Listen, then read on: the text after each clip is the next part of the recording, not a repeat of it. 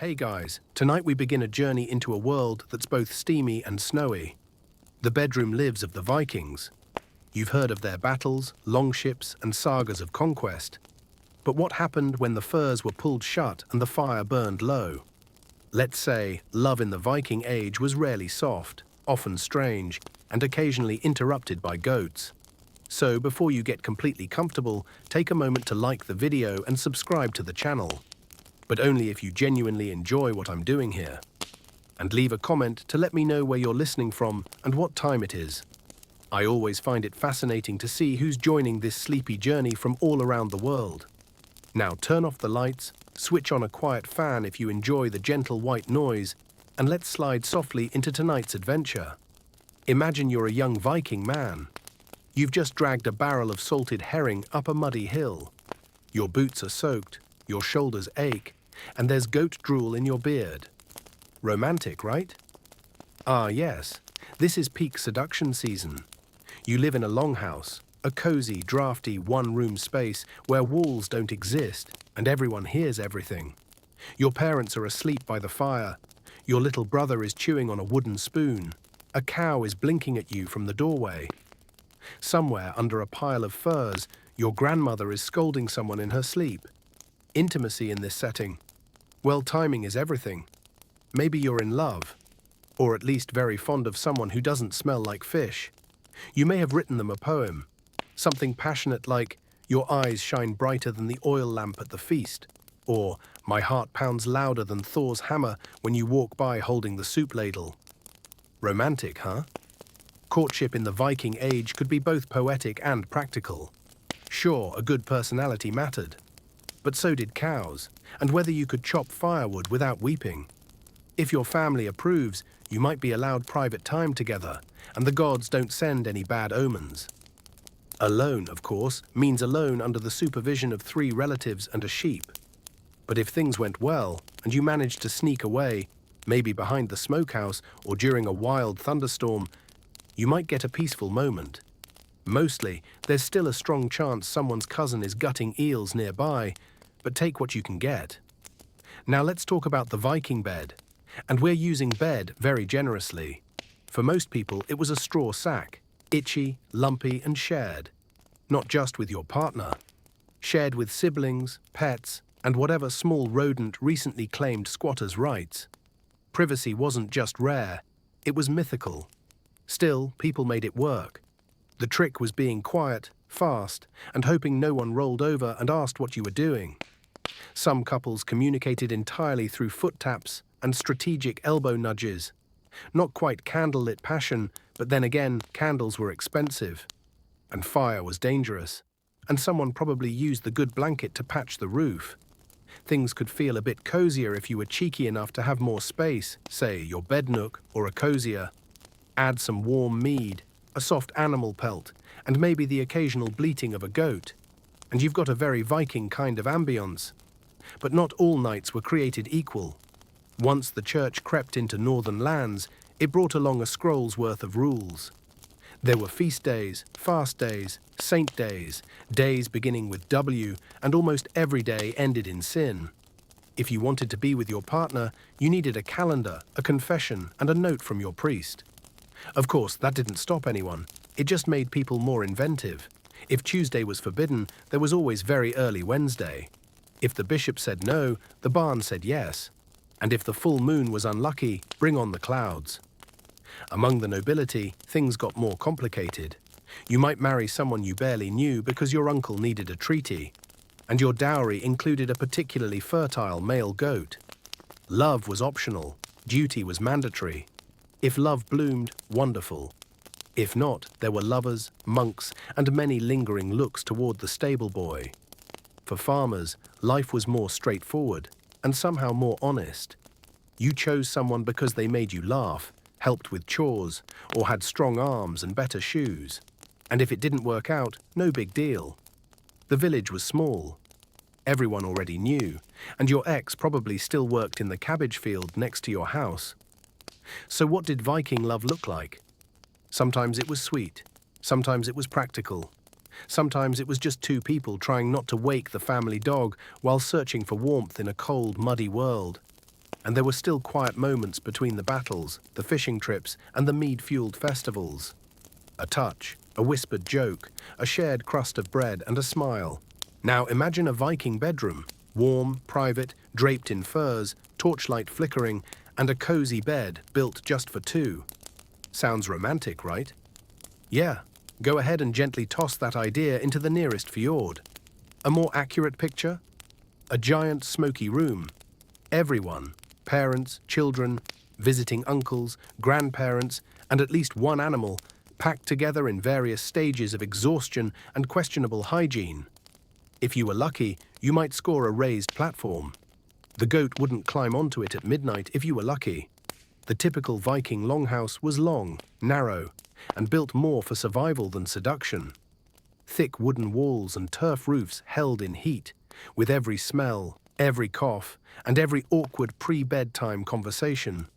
The hearth was the home's beating heart, glowing, crackling, and occasionally spitting sparks at your blanket if you slept too close, which of course you always did. Beds as we think of them didn't exist. Most families used straw bedding on wooden frames, or more commonly, just laid out blankets on the ground in designated sleep zones. These weren't marked by walls or curtains, but by routine. That corner was for your cousins. That one is for your muttering grandmother. And somewhere in between, just enough space for you and your maybe partner to sneak in a cuddle. Now let's talk about furs. Soft, sometimes warm, hopefully. Itchy, always. And no matter how romantic things got under the covers, there was always the realistic possibility of lice, splinters, or someone rolling over onto your leg mid-snuggle and asking if you needed more firewood. In this setting, privacy was a luxury you didn't have, which meant that any physical intimacy required strategy, stealth, and perfect timing. You'd wait until the fire burned low, the kids snorted, and the livestock finally quieted. Then, maybe, you'd whisper a few words, exchange a gentle touch, share a secret moment. Even then, you had to be careful. Beds creaked, straw rustled, dogs growled at unfamiliar sounds. And if someone woke up and caught you mid-romance, your only option was to pretend you were reaching for soup or checking for a draft. Yes, the draft. Always a convenient excuse. Some Viking families tried to solve this by using elevated wooden bed frames in corners surrounded by wooden partitions or hanging them with animal hides as makeshift curtains. These tiny bed nooks were the closest most couples got to privacy. But even then, sound traveled, smells traveled. And so did the nosy questions over breakfast.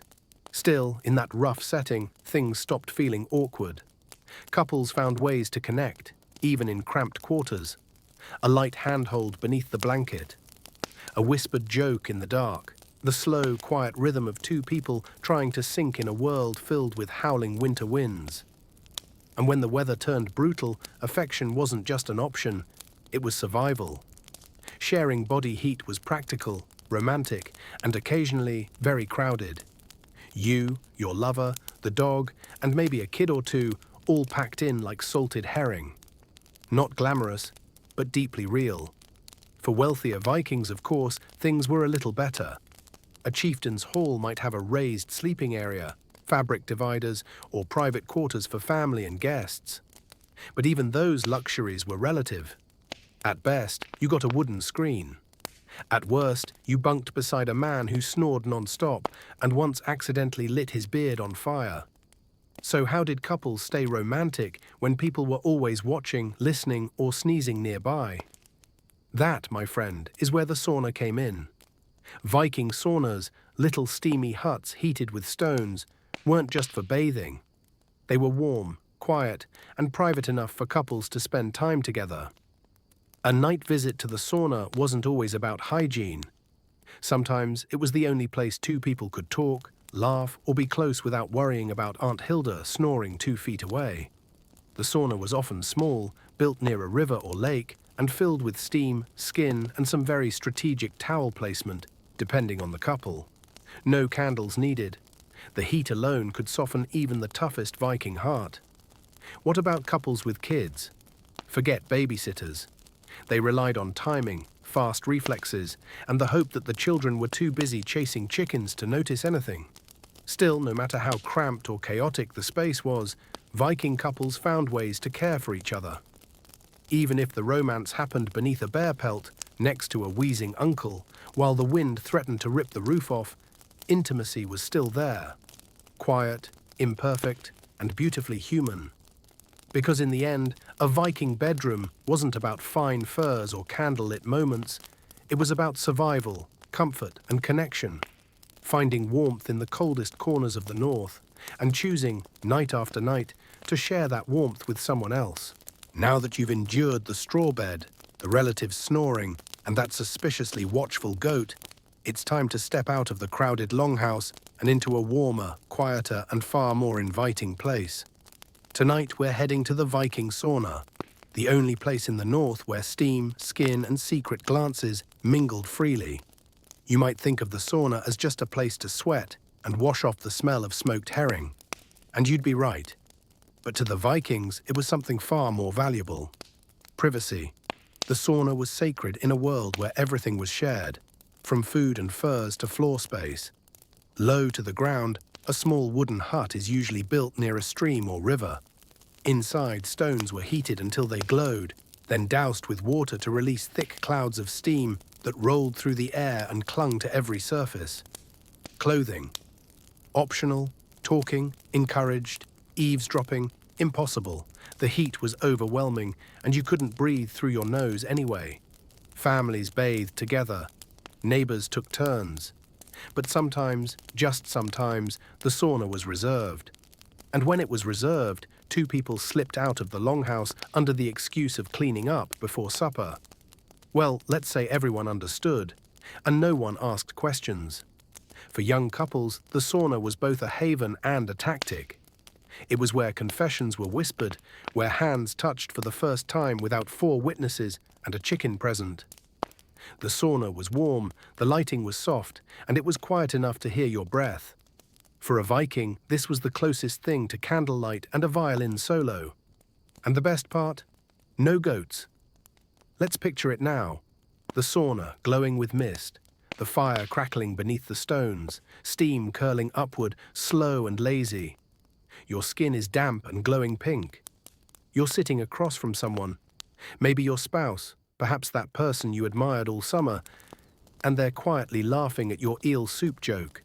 You lean back against the wooden wall, your shoulders warm, the damp timber behind you. There's a pause, just a beat, and then a hand reaches for yours.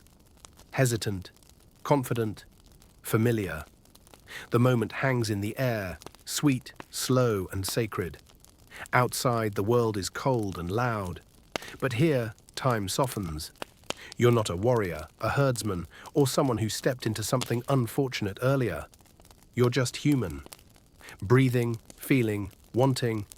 Of course, not every sauna visit was romantic. Many were purely practical. The Viking week didn't exactly include spa days. The sauna soothed sore muscles, stiff joints, and the general stink of a world without deodorant. It was a place for scrubbing and gossiping, where elders shared stories, women shared herbs, and teenagers accidentally overheard things they should not have. Some saunas were even used for rituals. Women gave birth there.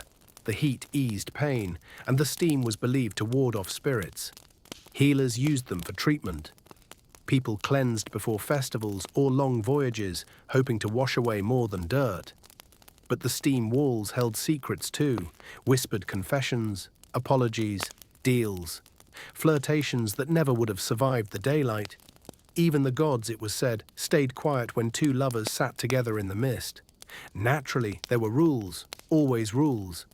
Respect was key. You had to wash before entering. Ironically, you had to bathe before you could bathe. And if someone else was already inside, you had to wait. Or join, depending on the agreement. And yes, there were scandals. There were stories, told with mischievous grins by winter fires, about couples sneaking off during weddings, about lovers meeting accidentally in the steam, about whole villages giggling when a blushing pair emerged, looking slightly too refreshed. But most of the time, people kept quiet, or at least tried to. And though it might have been awkward, the sauna was beloved, a place to be. Or at least be cleaner and more relaxed than usual. It wasn't just about intimacy, though that certainly happened, but about closeness, about the luxury of silence, about two people sitting together, letting the warmth speak for them. Just imagine it, the hiss of steam on stone, the flicker of firelight through wooden slats, a moment suspended in heat, half hidden in fog. No words, just breathe, just presence. That was the Viking sauna, a rare calm in a chaotic world. And when the steam faded and you returned to the longhouse, cheeks pink, hair damp, expression unreadable, no one said a word. But everyone smiled a little, because even in the age of axes and ale, the quiet warmth of human connection was never taken for granted. Now that we've stepped out of the steamy embrace of the Viking sauna, refreshed, flushed, and slightly glowing, it's time to talk about what came next. Marriage, or as it was more commonly known in the Viking world, a legally binding agreement involving livestock, land, and possibly a reluctant daughter. For Vikings, romance rarely began with a moonlit stroll under the northern lights. No, it usually started with two families sitting across from each other at a table or a log, negotiating things like dowries, fields, and how many goats would be fair compensation for a slightly crooked nose. You see, Viking marriage wasn't just personal, it was strategic, a pact between families, a tiny alliance not forged in battle, but in handshakes and nervous glances. Love, that was a bonus, like honey in your porridge when all you expected was oats. So, how did it work? Let's say you're a young Viking woman. You grew up herding sheep, spinning wool, and ignoring your little brother as he poked you with a dried fish. One day your father calls you saying, "So, remember Bjorn? The bearded one with the giant cart? His uncle owns 3 pastures. We're having talks. Translation, you might be getting married soon. And if you're a Viking man, once you've proven you can hold an axe without dropping it and have your tools, or at least a healthy cow, you can start looking for a match. But you don't just stroll up to someone and say, 'Hey, want to be my shield maiden?' You approach the family, with gifts, with elders, and ideally with a generous offer. That offer might include 1. A dowry, silver, wool, carved furniture, or a prized animal, preferably alive. 2. A bride price, essentially, your daughter is valuable. Here's a goat to prove I mean it. 3rd, land use agreements. You get the north pasture for grazing, but I keep the apple tree. The wedding could proceed once everything was agreed upon, and the gods hadn't sent any bad omens, like exploding bread or backwards flying ravens. But before you picture flower crowns and harp music, adjust your expectations. Viking weddings were joyful, yes, but also loud, chaotic, and packed with rituals involving ceremonial weapons, shared mead, and occasionally shouting. The bride might receive a set of keys, symbolizing her new role as household keeper. The groom might be handed a sword, signifying protection, and the hope he doesn't lose it in the snow on day 1. There was drinking, lots of it. Toasts to ancestors, to gods, to whichever cousin hadn't fallen into the fire pit this time. And when night fell, the couple was led to the wedding bed. Not alone, mind you, but with witnesses, to ensure everything was official. Don't worry, the witnesses didn't stay. But they were expected to hear something. Maybe laughter, shuffling, or awkward silence. Once satisfied, they left the couple to whatever came next. Passion, exhaustion, or a long debate about whose feet were colder. From that night on, the couple was officially wed. Partners, lovers, joint defenders of the property line against marauding livestock. But what if love didn't blossom? What if things fell apart? Could Vikings get divorced? Surprisingly, yes. Viking women had more autonomy than most medieval women. If mistreated, abandoned, or simply unhappy, they could initiate divorce. They didn't need to flee or poison anyone's stew. They just had to state it, sometimes 3 times before witnesses, and return to their family, ideally with their dowry and dignity intact. Of course, breakups were still messy. Families got involved. Gossip spread faster than a wind-blown cloak. And if a couple splits due to infidelity or unpaid debts, it could escalate into lawsuits or duels. Yes, real duels.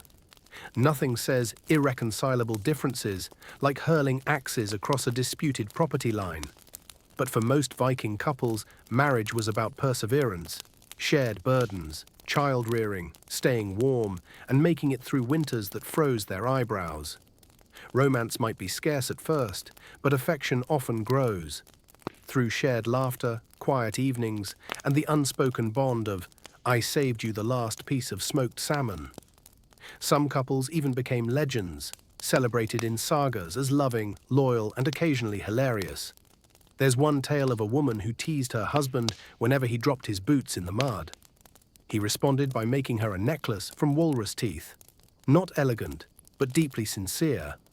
In the Viking world, love wasn't flashy or flowery. It was practical, fierce, forged through shared chores and firewood stacking, and when it worked, it was strong, like the iron bands on their shields. By now, we've witnessed the Viking wedding keys, swords, feasts, and strategically placed relatives lingering just close enough to catch the sounds of a consummated union. But what happens when the flame flickers out, the sheep start looking more appealing than your spouse's jokes, and suddenly that mysterious neighbor with the perfect braid and unnervingly good teeth starts showing up in your dreams?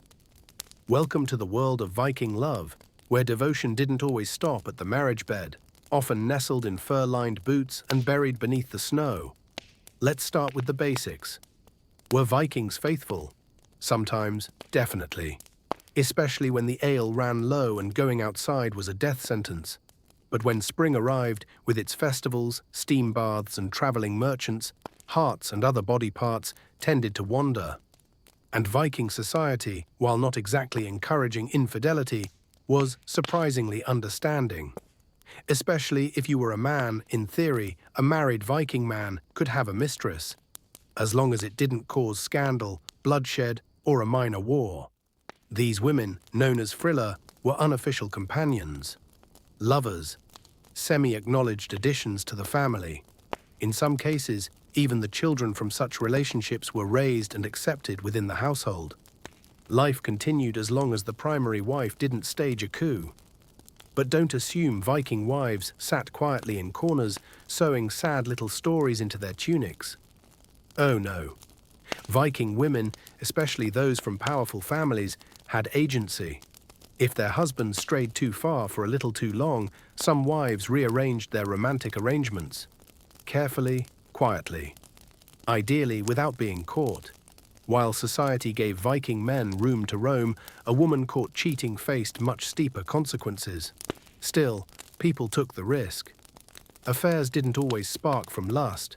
They often came from loneliness, a husband away on hunts for 3 summers, a wife managing a farm alone, a neighbor who offered to help with the hay and smiled a little too often. One thing led to another, a lingering look across the barley, a chance meeting at the well, and then a midnight encounter in the barn while everyone else thought you were feeding the goats. There's a certain thrill to forbidden love. It's exciting, reckless, and often short-lived. Because in a world of thin walls and gossip as both sport and survival tactic, secrets have a shelf life shorter than warm butter. And then come the consequences. If an affair was discovered, everything depended on who you were, who you knew, and whether the gods felt generous that day. And the men. Sometimes nothing. Sometimes a scolding. Sometimes a spilt drink at the next feast turned into a brawl when mead mysteriously ended up in someone's lap. And the women? More complicated. Her husband could demand a divorce. Her family could lose face. And in some cases, especially if the affair involved someone truly inappropriate, like a slave, a rival's son, or the local priest, it could escalate to public shame, exile, or worse, a searing sermon involving metaphors about unguarded gates and dishonored ancestors. But love doesn't always obey reason, and even in a practical world like the Viking Age, the heart had a way of straying. Some affairs became legend, lovers who fled together, braving wolves and winter for a few stolen months of happiness. Others ended in sagas, literally immortalized in verses where hearts broke, swords clashed, and someone composed a tragic melody on a bone flute. Interestingly, Viking literature didn't always condemn these stories. In many tales, love was acknowledged, sometimes even admired, though often paired with chaos, betrayal, and a dramatic fjordside confrontation. And then there were the awkward ones. Not Romeo and Juliet. More, oh, that was your cousin. Or wait, aren't you supposed to be in a monastery? These stories were whispered with glee at winter gatherings, always beginning with, I really shouldn't tell you this, but followed by a tale involving antlers, honey, and at least one broken bench. Of course, not all forbidden love ended in disaster. Some were quietly tolerated, others evolved into legitimate relationships after a divorce or the unfortunate passing of a spouse due to, say, a goat-related accident. If Viking society had one rule, it would be this: life is messy, love even messier. And sometimes that mess was the point. Because despite all the rules, rituals, and goat-related negotiations, Vikings understood one thing. People are just people. They make mistakes. They love the wrong person. They choose passion over politics. And sometimes they slip out after dark for reasons that have nothing to do with gathering firewood. So under the pale northern moonlight, past creaky longhouses and crunchy snow, you wouldn't ask questions if you saw two shadows walking just a little too close together. You'd nod and hope they remembered to bolt the sauna door. After all the steamy saunas, sneaky glances and moonlit mischief, we must confront a force that even Viking warriors struggled to resist: the church. As Christianity swept northward, it brought hymns, holy days, and a deeply suspicious frown aimed at anyone having too much fun beneath a fur blanket. At first, the Vikings weren't too bothered. Gods like Freya and Freyr cared more about fertility, passion, and a healthy dose of romantic chaos. But as centuries passed and more monks arrived, carrying scrolls, incense, and very detailed opinions, things began to shift. Suddenly, sex wasn't just personal. It was moral, and very, very regulated. Let's start with timing. According to church doctrine, intimacy was only acceptable within marriage, only for reproduction, and only on certain days. And by certain, we mean rarely. Sundays, not. It's the Lord's Day. Wednesdays, suspicious. Fridays, a day of penance. Feast days, forbidden. Fasting days, also forbidden. Lent, 40 days of spiritual cold showers. Advent, another 40 days. Don't even think about it. Any day with a full moon, an eclipse, or a comet. Honestly pray, when you remove all the forbidden days, you're left with about 3.5 Tuesdays in April, assuming the priest wasn't feeling judgy that year, and even when it was allowed, it had to be done without pleasure, without variation, and ideally without eye contact. The missionary position was the only approved method, not because it was romantic, but because it was deemed the least sinful. Anything more enthusiastic was labeled unnatural, which is church speak for absolutely not. But wait, it gets better. Medieval confession manuals included practical checklists for priests to interrogate married couples. Not vague spiritual questions. No. Specific, uncomfortable, and oddly detailed inquiries like, did you enjoy it? Did you intend to enjoy it? Did you enjoy it? Congratulations, you were now spiritually suspicious if the answer was yes to any of the above. A 13th century bishop once advised couples to be intimate, without pleasure, without sin and delay. Romantic. Nothing says passion like the phrase efficient and emotionless. And what if you accidentally broke the rules?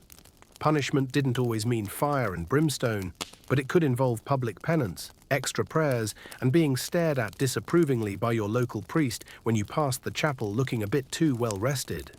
Of course, not everyone followed these teachings, especially peasants who had more urgent concerns, like staying warm, finding enough turnips, and making sure their roof didn't blow off during a storm. To a farmer trying to survive winter, the idea that Tuesday was a forbidden day mattered far less than that the kids were finally asleep and the goat had gone outside for once. As a medieval proverb that almost certainly never existed might say, make hay while the sun shines and make love while the frost bites. Even many priests quietly understood the rules were optimistic. Some looked the other way, Others gave a half-hearted warning before heading to the tavern. And some, awkwardly, wrote everything down in ledgers nobody asked them to keep. Now things were stricter if you were a wealthy Viking or a rising Christian noble. You'd have confessors, chaplains, and spiritual advisors buzzing around like moral mosquitoes, eager to remind you that even your wedding night may have been too joyful for God's taste. Noble women in particular were expected to be paragons of modesty, even in marriage. No giggling, no touching in public, and no looking at your husband seductively during Mass.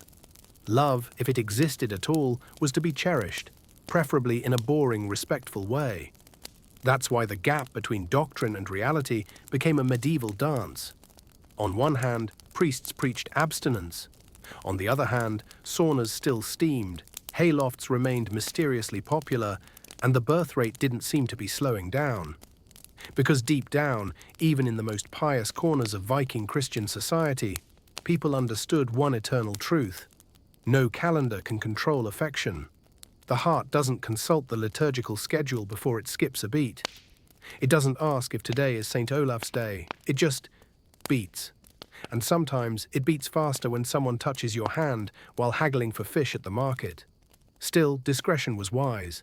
Public affection could lead to gossip, scandal, or the dreaded serious nod from the village elder. And nothing kills the mood like the phrase, "We need to talk about your behavior during Lent." But Viking love found a way despite all the warnings, rules, and guilt-riddled sermons.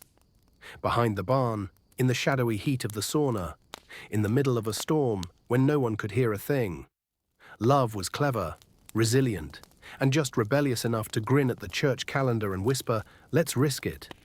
After all the rules, restrictions, and one commandment about not giggling on feast days, you might wonder, what about the love that didn't follow the right path?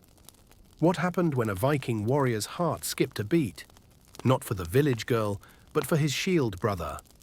Or when a woman felt a quiet tenderness for the weaver boy who always sang sweetly at the loom. Tonight we step gently into one of the softest, most whispered corners of Viking life. Same gender desire, murmured, coded, rarely named, but always present. Let's begin with the obvious. Vikings didn't have a word for homosexuality in the modern sense. No rainbow flags flew above the longhouse, no rune-carved alphabet of identities. But that didn't mean it didn't exist. It simply lived in subtler forms, glances, gestures, verses, and sometimes the quiet space between two people walking to the riverbank together. So, was it accepted? Yes. And no. Like many things in Viking society, it all depended on context, reputation, and power. For example, a man who willingly took on what was perceived as a submissive sexual role could be mocked, shamed, or even accused of being urgy, an Old Norse term implying weakness, effeminacy, or even corrupted sorcery. Being called urgy wasn't just an insult. In some cases, it was a legal accusation that could result in duels, fines, or social ruin. But, and here's where it gets interesting, not all same-gender relationships were seen similarly. Deep emotional and even physical bonds between men were tolerated and respected in specific contexts, especially if both were strong, well-regarded, and exceptionally good at raiding monasteries together. Saga literature is full of tales of men who shared everything: food, weapons, sleeping spaces, and possibly more. The line between friendship, loyalty, and love was often blurred, not because people didn't know what they felt, but because their world didn't always require those feelings to be labeled. One famous story tells of two warriors who fought side by side, slept beside one another, and vowed never to marry, but remained together until death. The story doesn't call them lovers. It doesn't call them friends.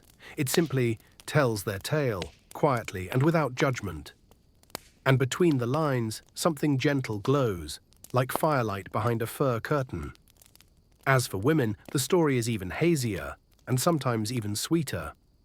Viking women spent much of their lives around other women, spinning wool, cooking, gathering herbs, and telling stories late into the firelit night.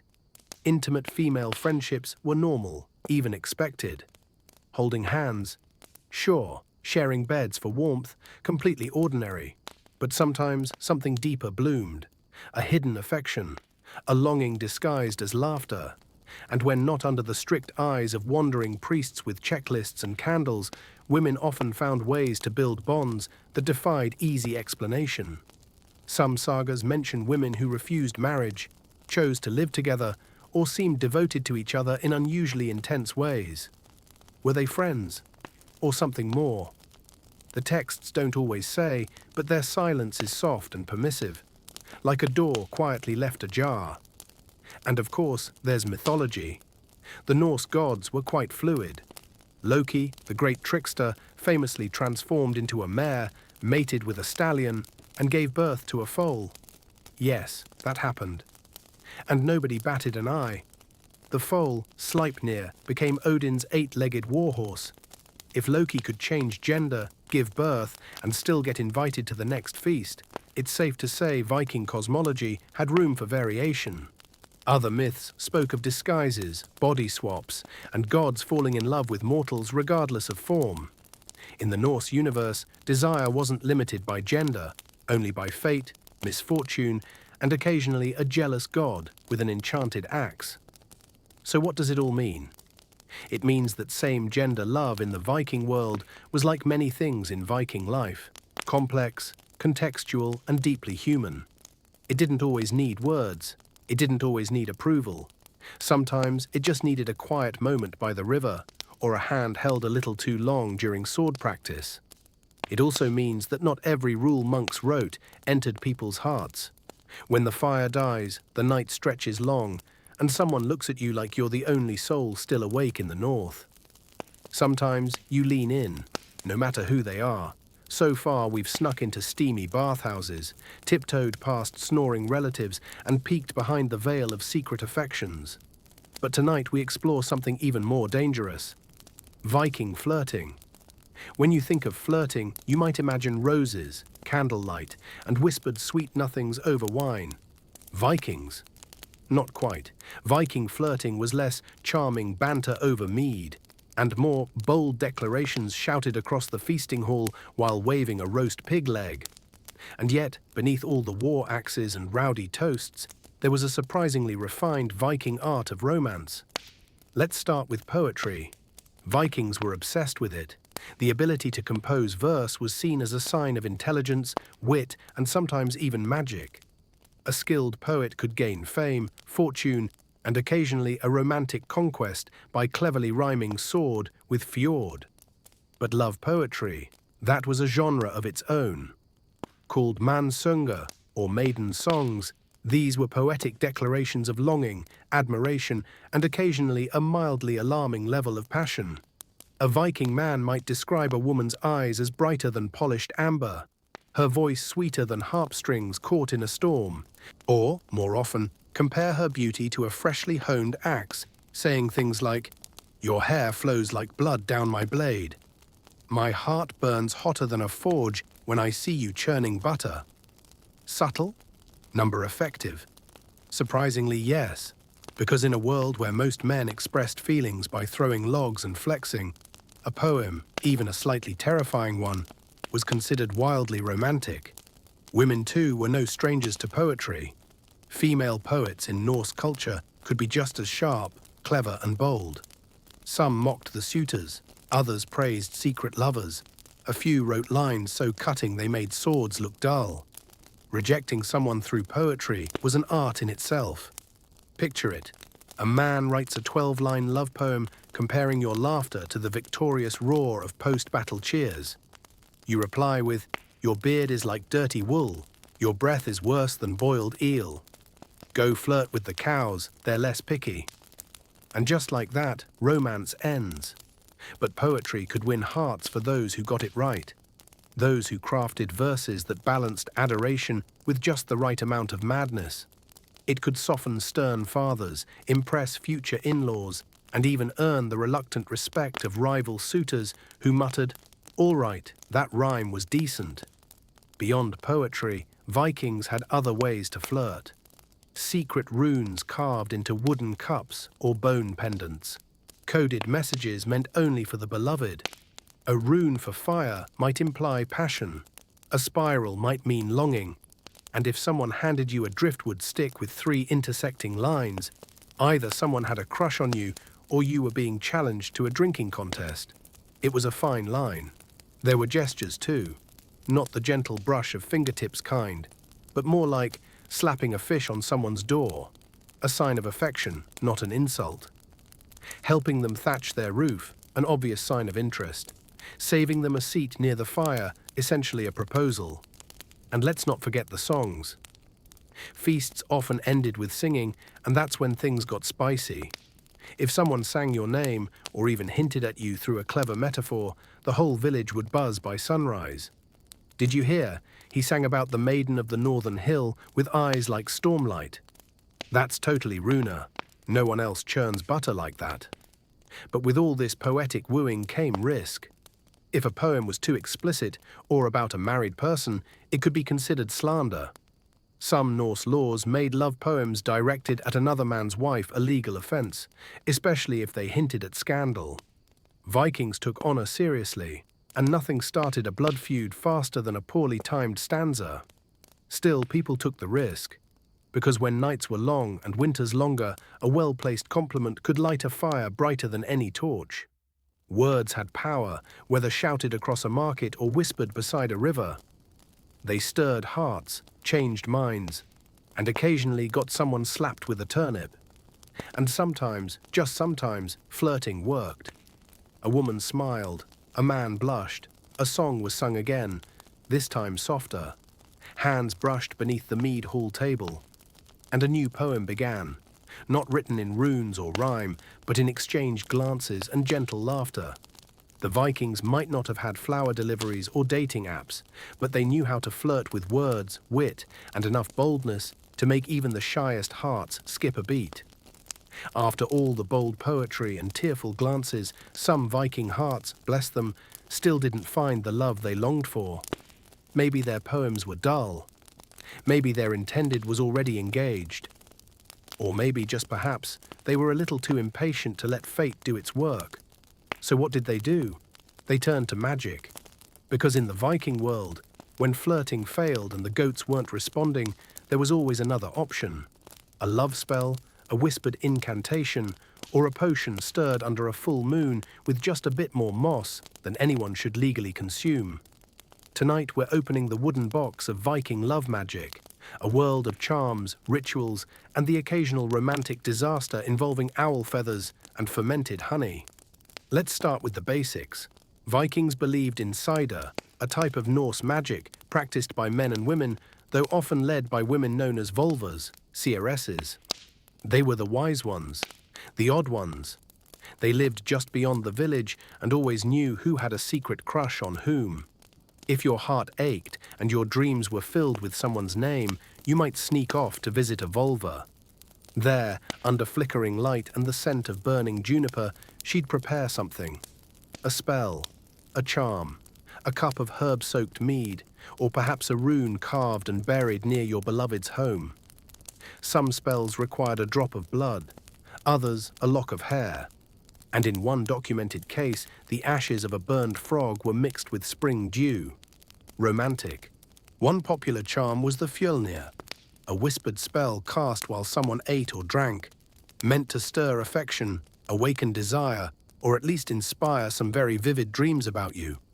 Picture handing someone a horn of honeyed mead, locking eyes and thinking, please let this mashed berry potion work. Of course, results varied. Some charms were said to inspire passion overnight. Others took days, or needed a second dose and a better tunic. And sometimes things went wrong. There are tales of potions causing obsession, confusion, or people becoming convinced their chicken was their true soulmate. And while many of these rituals came from longing, not all were innocent. Some darker charms weren't about kindling love, but binding someone against their will. To bend desire, cloud judgment, and make someone fall for you whether they wanted to or not. Risky business, ethically questionable, spiritually. Let's say the gods weren't fans of emotional trickery. Freya, goddess of love and fertility, favored honesty, boldness, and the occasional midnight skinny dip. Not love built on deceit and powdered elk horn. Still, temptation ran strong, especially when heartache lingered. And so people kept trying in the shadowed corners of the north, carving names into birch bark, whispering charms into river water, and tying knots in red thread while mumbling the name of the one who smiled at them during oat harvest. Some of these rituals worked, or so the stories claim. A lonely herdsman won the heart of a chieftain's daughter. A widow dreamed of her late husband, smiling and telling her to love again 3 nights in a row. 2 men who had never spoken finally looked, touched, and shared a life. But not all stories ended well. There were cautionary tales of spells backfiring, of seeresses taking coins but cursing the greedy. Men drinking too much of their love mead and falling in love with their reflections. Viking narcissism. And so love magic remained a double-edged sword. Powerful, alluring, but never fully trusted. Even in fairy tales, when magic touched love, it always came with danger. A little wild, the kind of love that burns your fingers if you hold it too tightly. Still, some rituals were gentler. It's like placing 2 carved wooden figures under your bed, one to represent you, the other your beloved, and letting them sleep together until your hearts align, or planting a flower along a path they often walked and waiting to see if it bloomed lopsided. A sign they might be thinking of you too. Small acts of hope, not manipulation, just wistful thinking wrapped in superstition. And really, isn't that the heart of love? A whisper in the dark, a symbol etched in wood, a cup passed hand to trembling hand. Whether enchanted or not, every gesture carried the quiet magic of longing. So far, we've explored the seductive world of the Vikings. Poetry, steam baths, love spells involving moss and questionable liquids. But now, dear listeners, it's time to take a deep breath, pull the fur blanket a little tighter, and tiptoe into the heart of it all. Tonight we're talking about what happened beneath the furs. Let's begin. The fire has burned low, the livestock have settled, a gentle storm taps at the thatched roof. At last, you and your partner are alone as 2 people in a longhouse shared with 10 relatives, 3 chickens, and a goat with serious boundary issues. There's no door to close, no bedroom to retreat to, just the familiar straw-stuffed bed in the corner, separated from your snoring uncle by a creaky floorboard and, if lucky, a stack of firewood. Privacy? Not a thing. So how did couples make it work? With synchronization, lightning-fast timing, and a deep mutual hope that no one rolled over and made eye contact halfway through. Fur blankets, often made from bear, wolf, or shaggy sheep, weren't just for warmth. They were the Viking do not disturb signs. If the blanket moved, you didn't ask questions. You turned away, fluffed your pillow made from bundled rags, and tried very hard to focus on the crackle of the fire rather than the rhythmic rustling happening 2 steps to your left. Of course, not everyone was polite about it. There were nosy relatives, curious children, and insomniac in-laws who made things interesting. There are stories of couples waiting until everyone was fast asleep, only to be interrupted by someone loudly asking, "Did you hear that? Was that the roof creaking or someone wrestling a deer?" But despite all the interruptions, Viking couples still found ways to be together. They communicated in code, a tug on the blanket, a deliberate cough, a careful step. Sometimes they snuck off to the barn, or the bathhouse, or agreed, quietly and without ceremony, to make the most of whatever shadowed corner they had. And then, there was the matter of logistics. Viking clothing wasn't exactly designed for spontaneity. Layered wool, tight leg wraps, laces, brooches. If your lover wore a belt with more than 2 buckles, it could take 15 minutes to disrobe before anything remotely romantic could happen. Add cold weather and stiff fingers, and the magic of the moment got a bit chilly. Still, it didn't stop anyone, because even if the fire was low and the air was smoky, there was something deeply intimate about all of it.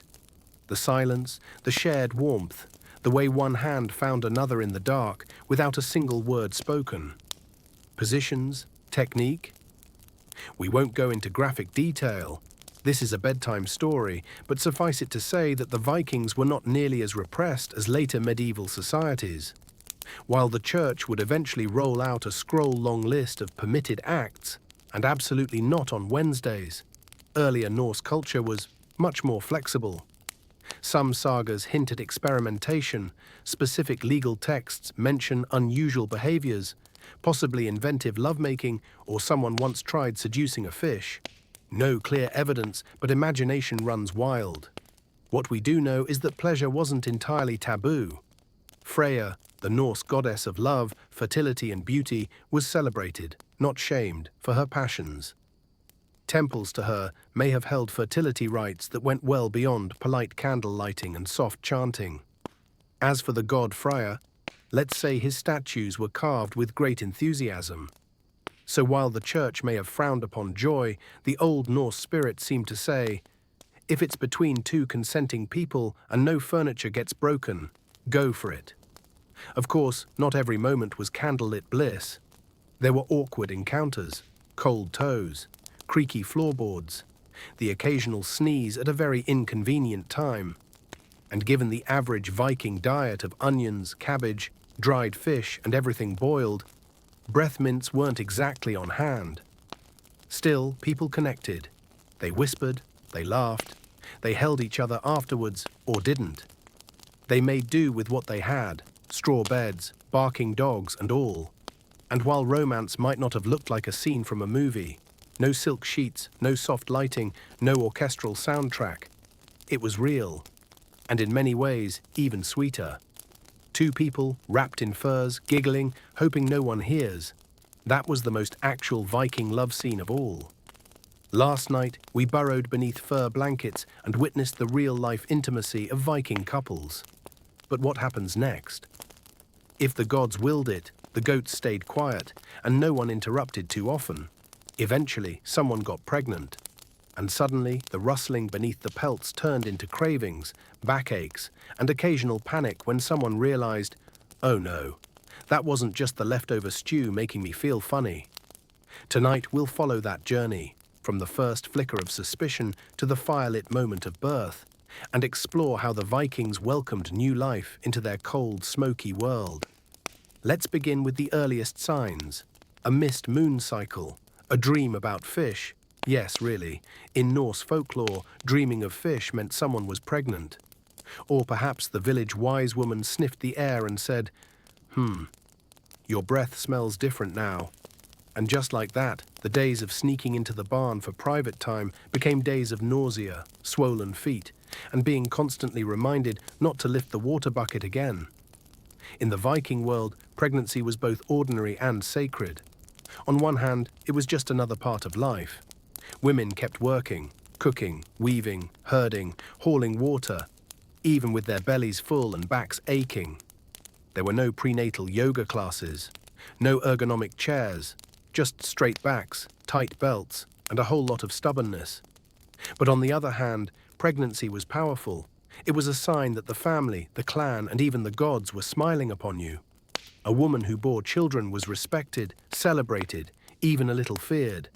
For she walked the razor-thin edge between life and death with nothing but breath, strength, and maybe a midwife with good instincts and a bottle of mead. And make no mistake, childbirth at this time was not easy. It was dangerous, unpredictable, and entirely without medicine, unless you count herbal tea, soft lullabies, or being yelled at to push like Thor himself is stuck behind you. So when the time came, things got serious. A space, usually a warm corner of the longhouse, was prepared. Fires stoked, blankets laid out, water boiled. The midwife summoned, if she didn't already live next door, and trusted women gathered nearby. Men were kept out unless they were boiling water, fetching clean clothes, or fainting dramatically near the goats. And then, the waiting began. Hours passed, sometimes days. Women groaned, panted, cursed, and prayed. The midwife watched the belly shape, the baby's position, and the mother's color. She might murmur spells, chant to Freya, or anoint the mother's temples with sacred herbs. Everything meant something. Every breath was noticed. There was no formal sex education, but there were. Midwives mutter helpful warnings during childbirth. Elders share whispered advice during spinning sessions. And that one cousin who claimed to know everything and was definitely right, despite never actually speaking to a girl. Most Viking youths learned through observing animals, listening to gossip, and piecing together clues from jokes told after the fifth mug of mead. Occasionally, a kind adult would offer practical advice, usually blunt, emotionally void, and alarmingly specific. Things like, if you sleep with someone before marriage, make sure no one sees. Don't get someone pregnant unless you want a turnip thief to raise. If you don't know what you're doing, she doesn't either. Just keep the goat outside. And that was the talk. Your parents might pull you aside for a slightly longer version if you're lucky. They wouldn't try to act it out if you were lucky, using wooden spoons. Flirting was usually the next step, and it was both thrilling and terrifying for teens. A young Viking lad might be encouraged to show interest in a carved keepsake, a poem, or an offer to help with chores. A girl might braid her hair a certain way, leave a flower near the well, or pelt the boy with snowballs until he caught on. Village matchmakers often got involved, especially when parents wanted to steer things toward a virtuous partner. But many left it to blossom naturally, under the watchful eye of nearly everyone in town. Flirting was rarely private. Blushing glances across the fire. Accidental, bumping in the market and singing mildly inappropriate verses, just loud enough for one person to hear. Of course, this came with plenty of embarrassment. Picture this: dropping your braid gift into the stew pot in front of everyone. Your little brother loudly announces, "She looks at you like Dad looks at smoked salmon." Or worse, realizing your crush heard you reciting love poems to a log while practicing. Yet despite it all, Viking teens figured things out. They asked questions, made mistakes, learned limits. Sometimes through gentle guidance, sometimes by watching someone else get smacked with a broom for being too bold. Over time, they discovered what caring for someone with passion and respect meant. With humor, with the quiet understanding that comes from seeing your parents hold hands, even if they argue about turnips every morning. Yes, Viking teens had no textbooks or formal lessons, but they had songs, stories, observations, and plenty of trial and error. And with time, they grew up to understand that love, desire, and relationships were simply part of the human story. Sometimes messy, sometimes beautiful, but always deeply human. Last night, we followed awkward Viking teens learning to flirt and love, and then shared the sacred moment of welcoming a newborn with a round of village applause. But now, you've grown up. You've survived the cryptic metaphors, the blushing glances, and the horrifying truth that the goat saw everything. And now, congratulations, you're about to get married. But before you settle into a life of fur blankets, turnip stew, and whispered sweet nothings by the hearth, there's one final hurdle to overcome: the Viking wedding night. And let me tell you, it's not as private as you'd hope. Let's begin with the wedding. Viking weddings weren't just romantic ceremonies. They were strategic alliances, rowdy parties, and miniature public theatre performances. The celebration could last from one day to an entire week, depending on how many cows were exchanged and how much mead the bride's family brought. The bride wore her finest, usually a long wool dress, brooches, beads, and possibly a jangling key ring loud enough to scare off birds. The keys symbolized her new role as mistress of the household, and unofficially her ability to lock the door if her new husband snored too loudly. The groom. He wore his best ceremonial clothes and carried a symbolic sword, because nothing says, "I'm ready for marriage," quite like brandishing a weapon while your aunt tosses flower petals. Then came the rituals. Some sweet, some confusion, some are deeply uncomfortable in front of grandma. The sword exchange, usually from the bride's father to the groom, symbolizes protective duties. There were blessings from the gods, particularly Freya and Thor, often involving carved wooden statues, animal fat, and dramatic chanting from someone who claimed to speak to spirits, but mostly just liked yelling. And then came the part everyone was waiting for: the bedding.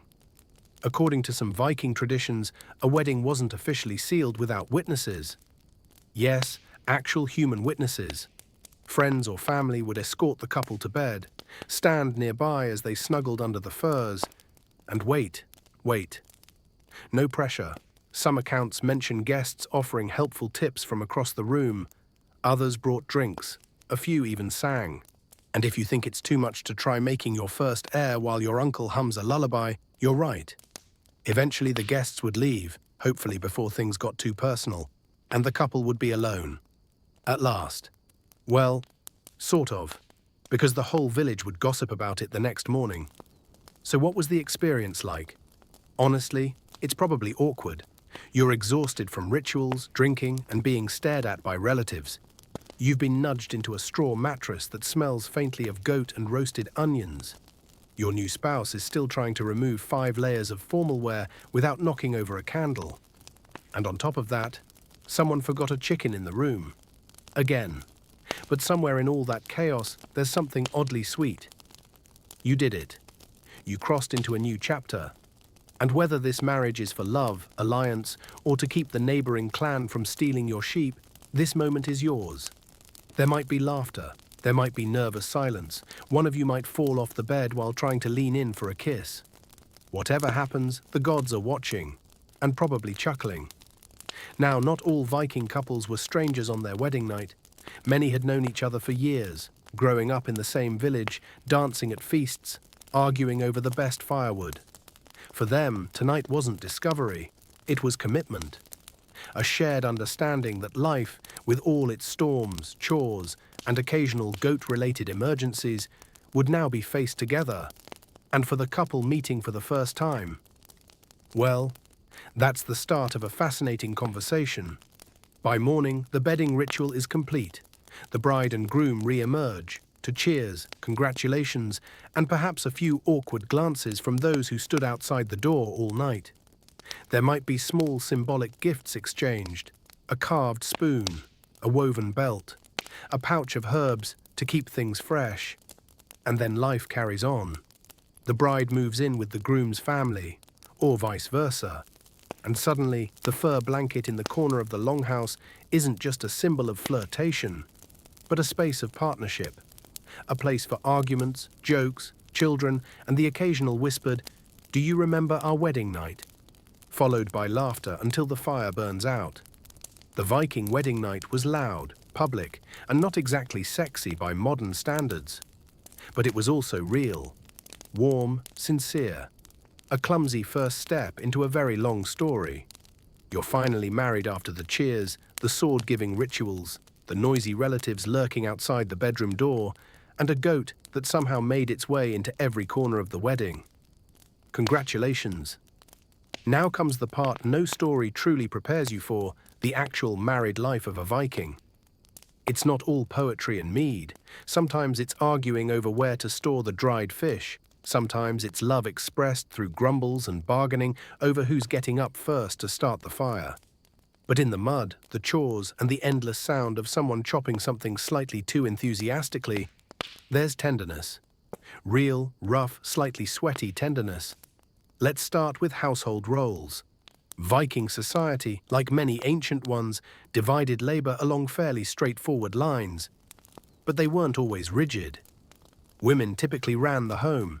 That meant cooking, preserving food, spinning wool, weaving fabric, managing servants, if you were wealthy, and most importantly, holding the keys. Yes, Viking women wore key rings at their waists to symbolize authority. If your wife jingled when she walked, you knew who was in charge. They were the managers of the longhouse, the logisticians, the ones who knew where your best tunic was and how many barrels of mead were left before winter. Meanwhile, men tended to the fields, raised livestock, fished, hunted, built things, and when called, grabbed an axe and sailed off on adventures that usually ended in silver, or stories involving someone losing a toe. But don't get it twisted, these roles overlapped. A woman could swing an axe if needed. A man could stir the stew if his wife was spinning or yelling at the neighbor for letting his chickens wander again. Teamwork was key. You didn't survive a Scandinavian winter by arguing over whose turn it was to carry the bucket. Now let's talk love languages, Viking edition. Forget roses. Forget candlelit dinners. Your Viking partner might say, "I love you" by 1. Sharpening your favorite knife without being asked. 2. Giving you the warm side of the blanket. 3rd, letting you have the last piece of smoked herring without comment. 4th, building a sturdier chair after you broke the last one, reaching for the pork rack. Compliments were practical. 1. You stacked that firewood so evenly today. 2. The way you salted that meat, artistry. 3. I'd pick you to protect me in battle or at the turnip market. Every time, even disagreements could be oddly sweet in a gruff northern way. Take, for example, the great firewood fight of midwinter. Should the dung pile be stored under the eaves? She believes it needs more airflow and should go near the goat pen. You argue, you huff, you stomp.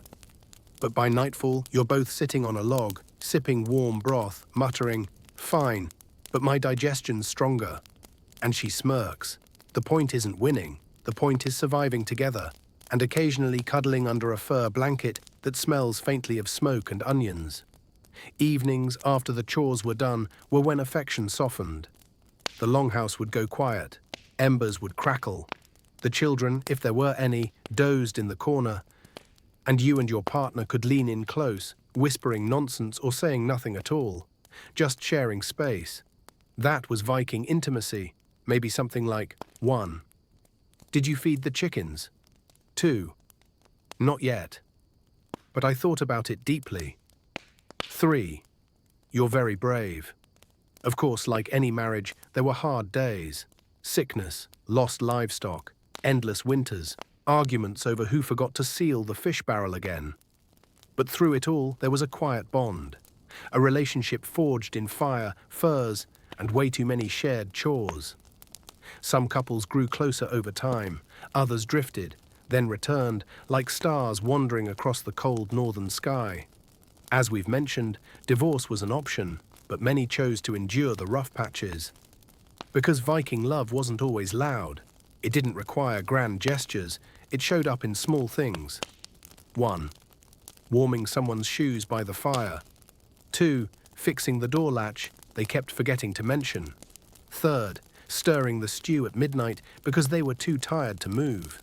It was daily, quiet, steady, and when the night grew long, the wind howled through the walls, and your spouse rolled over, mumbled something about "those damned goats," and shoved their freezing feet under yours. That, too, was love. So far, Viking marriage has sounded cozy, a life of shared chores, smoky compliments, and blankets faintly scented with smoked salmon. But like all human arrangements, even those involving towering woodpiles and the finest mead, sometimes things didn't go as planned. Tonight we sail into stormier waters. We're talking about jealousy, infidelity, and what happened when Viking love turned into Viking tragedy, with shouting, curses, public confrontations, and the occasional insult involving sheep. Let's begin with jealousy. Yes, even in a world where affection was quiet and compliments came with bacon, Vikings got jealous. Fiercely, passionately, sometimes even poetically. A jealous Viking wife might 1. Refuse to cook her husband's favorite dried eel dish. 2. Comment on how someone's weaving looks a bit sloppy lately. 3. Gently remove her wedding keys and sleep with her back turned, the Norse version of "I'm fine." Meanwhile, a jealous Viking husband might 1. Challenge someone to a duel. 2. Write a passive-aggressive poem full of bird metaphors. 3. Punch a tree, loudly, twice. Jealousy wasn't just emotional, it was tied to honor. In Norse culture, public humiliation was among the worst fates. A few things were more shameful than being betrayed. Everyone knew it, especially if someone composed a song about it. Because yes, sometimes betrayal became a musical. Now on to infidelity. As mentioned, Viking society had a strange balance. Men had more social freedom, but women were legally protected far more than in many medieval cultures. If a married man took a mistress, Frilla, it wasn't uncommon, though it did raise eyebrows. But if he neglected his wife or the affair became public gossip, things could get messy. Think loud arguments in the market, dramatic speeches referencing dead ancestors, and possibly someone throwing bread. For women, infidelity carried more social risk, but that didn't mean it didn't happen. Some women sought affection elsewhere, out of loneliness, frustration, or simply because the neighbor's son was very good at wood carving and listened when she talked about goose feather stuffing. But cheating wasn't just a personal issue. It affected 1. Property, who gets the sheep? 2. Dowries, do you keep the wedding spoon? 3. And worst of all, reputation. Gossip spread faster than ravens. I heard she left the longhouse 3 nights in a row. I heard he carved her initials on his drinking horn. I heard, well, let's just say there was a steam room involved. And then, breakups happened. Yes, Viking couples could get divorced, and they didn't need 12 priests, 3 scrolls, and a royal seal to do it. Just one. A valid reason: abuse, abandonment, infidelity, or even plain incompatibility. 2. A few witnesses. 3. And someone making a public declaration like, I part from you as I took you, openly and before all. In some cases, a woman could initiate divorce simply by packing her belongings, walking out and announcing her intention at the 3 main doorways of the home. Once at dawn, once at noon, and once at sunset. But of course, not all Viking separations were so clean. There were accusations. There were insults, often about bad breath or uneven braids. There were epic tales of love triangles leading to revenge, bloodshed, and a very awkward feast where no one made eye contact. Still, most breakups ended more quietly. Someone moved back in with their family. The dowry was returned. Children were divided like sheep. This one, that one, hopefully not the one who inherited Uncle Thorald's snoring. And life went on, because even when love faded, the fields still needed tending. The fish needed salting, and the goats, always oblivious, kept wandering into places they weren't supposed to be. But not all jealousy ended in ruin. Some couples worked through it, slowly, awkwardly, with long silences and leftover stew. Others forgave, forgot, or agreed not to bring it up again until the next full moon. Some even grew stronger, bonded by hardship, public squabbles, and the shared knowledge that no one else would ever tolerate their weird midnight humming. Because in the Viking world, love wasn't perfect. It was human, raw, sometimes messy. But like any longship, it was built to withstand rough seas, patched, repaired, and pushed forward by sheer will and the hope of warmer shores. Until now, we've wandered through Viking flirting, marriage, jealousy, and the occasional scandal in the storage shed. But tonight, we arrive at a question both timeless and delightfully shallow. What made someone hot in the Viking Age? Because let's face it, even in a world full of mud, mead, and moosehide, people still wanted to look good. And not just goat herder good, but good enough to catch the eye of that dreamy blacksmith with the impossibly strong hands and suspiciously perfect teeth. So let's smooth out those wrinkled tunics, untangle those braids, and explore Viking beauty standards, one strand at a time. Let's begin with hair. Hair was everything. Long, thick, and clean, or at least reasonably clean, hair was a big deal in Norse culture. Both men and women took great pride in their locks. A windswept mane might look poetic, but it was no match for a well-kept braid. Women often wore elaborate styles, sometimes coiled, sometimes flowing like golden stalks of grain. A single braid. Youthful, multiple braids, skilled. Braided with ribbon or beads. Either you're trying to impress someone or attending a wedding. Men. They braided too. Beards, hair, even moustaches, if they had facial ambitions. A braided beard signaled strength and precision because anyone who could part and braid hair on a rolling longship was marriage material. But beware, if your hair was greasy, matted, or crawling with lice, let's say no one was carving your name into their mead cup. Surprisingly, cleanliness was considered attractive. Yes, they lived in smoky longhouses with livestock, but that didn't mean they didn't bathe. Vikings were famously, almost annoyingly, clean by medieval standards. They washed regularly, combed their hair, picked their teeth with twigs. They even carried little grooming kits, tweezers, ear picks, and tiny combs tucked into their belts. And on Saturday, the Viking bathing day, everyone cleaned up. Steam baths, hair washing, fresh tunics, maybe even a little fragrant herb tucked behind the ear. Because nothing says, "I'm ready for romance," like being the only person at the feast who doesn't smell like boiled turnips and old onions. Eyes were another standout feature. Light eyes, blue or green, were highly prized. Sagas often described heroes with eyes like ice seas or the green of summer moss. Romantic, yes. Weirdly specific, also yes. Eye contact was frequent. Staring wasn't rude. It was romantic, intimidating, or both. If someone locked eyes with you across the fire and held the gaze just a moment too long, it meant something. Maybe "I love you," maybe "pass the salt." Either way, your heart skipped. Height and strength mattered too. For men, tall, broad-shouldered, and capable of hauling logs without whining, very desirable. A man who could row a boat all day and help churn butter. Husband material. For women, strength was admired.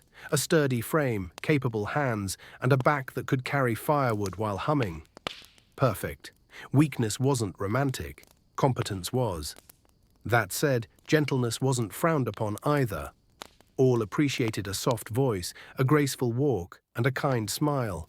A warrior who could fight by day and sing by night. You'd have the entire village swooning over your soup.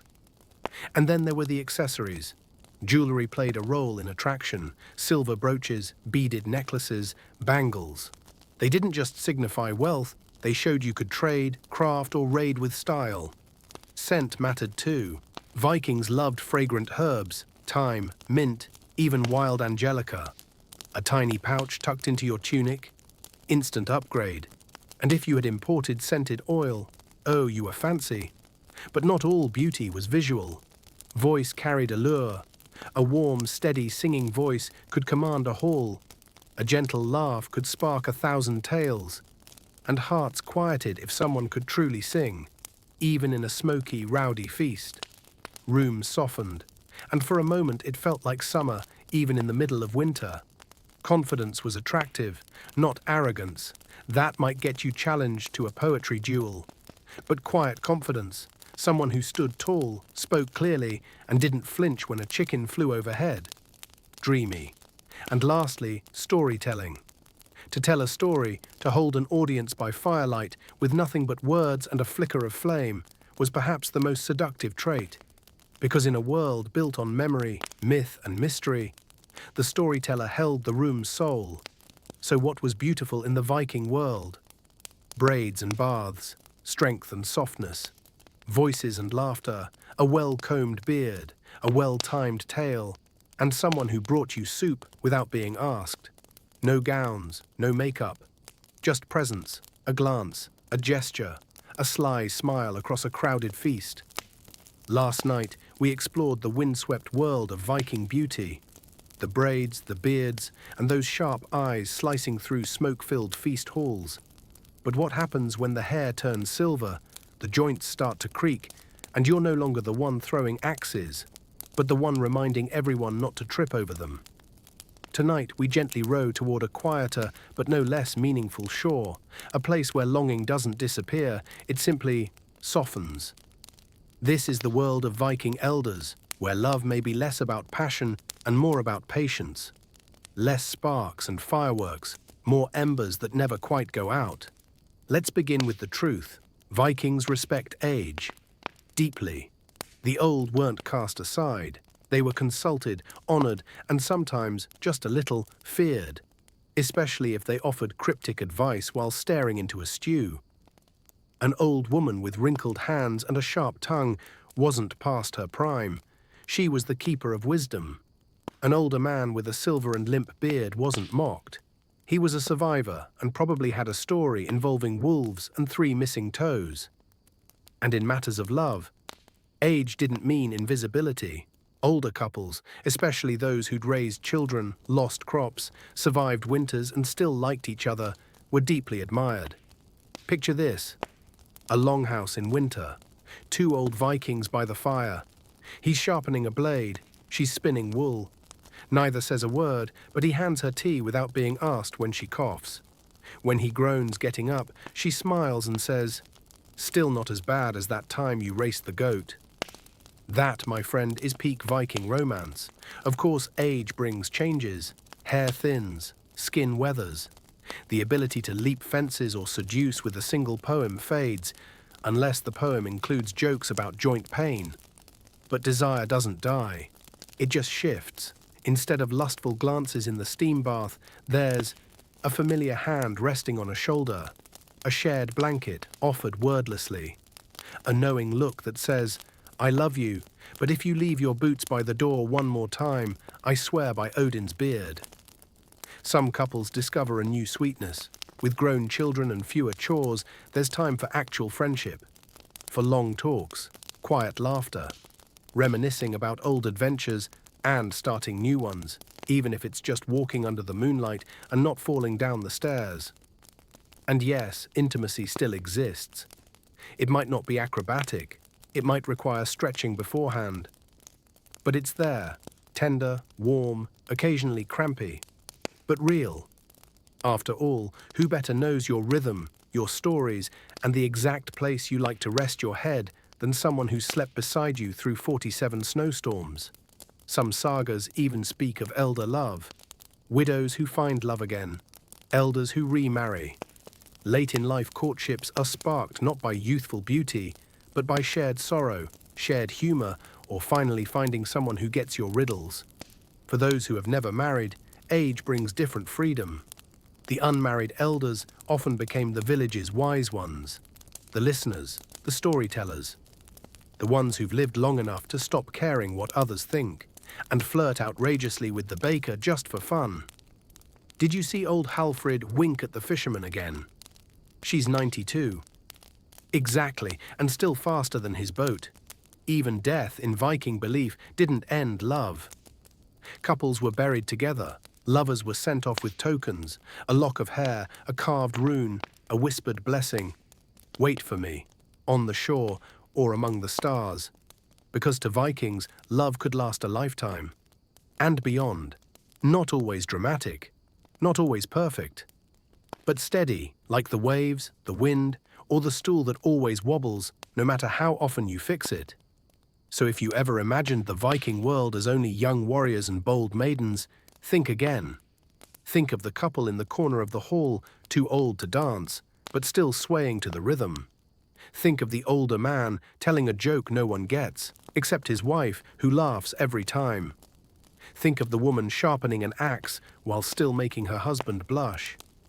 Please think of the quiet, simple magic of growing old beside someone and still wanting to pull the blanket over them when they fall asleep on the bench. So far, we've wandered through steam rooms, poetry, marriage, breakups, and even the soft-footed steps of old-age Viking love. But tonight we step into the shadows. Not every Viking romance was welcomed with feasts and fresh deerskin blankets. Some loves were whispered, hidden, scorned. Some loves weren't allowed to exist. Every society has its limits, unspoken boundaries, silent rules. The Vikings were no exception. Tonight we speak gently of taboos. Let's begin with the most obvious, incest. Vikings placed great importance on kinship. Your lineage wasn't just a point of pride. It dictated who you could marry, where you could live, even where you'd be buried. Marrying someone too closely related by blood? The answer was no. Not just for health reasons, though they probably noticed when things got odd, but because of honor, reputation, and the gods themselves. There are tales of characters unknowingly falling for their sibling, oh dear, only for fate to steer their love into dramatic and deeply uncomfortable directions. Think ravens, ominous signs, and someone hurling themselves into a fjord with theatrical flair. Even cousins could raise eyebrows depending on how cousinly they were. Then came age taboos. While it was common for Viking girls to marry in their teens, relationships with children were not normalized or romanticized. Despite the era's chaos, some lines were not meant to be crossed. An adult pursuing a child? That could spark shame, and possibly a quiet conversation behind the barn, involving an axe. Another condemned act, adultery with the wife of someone powerful.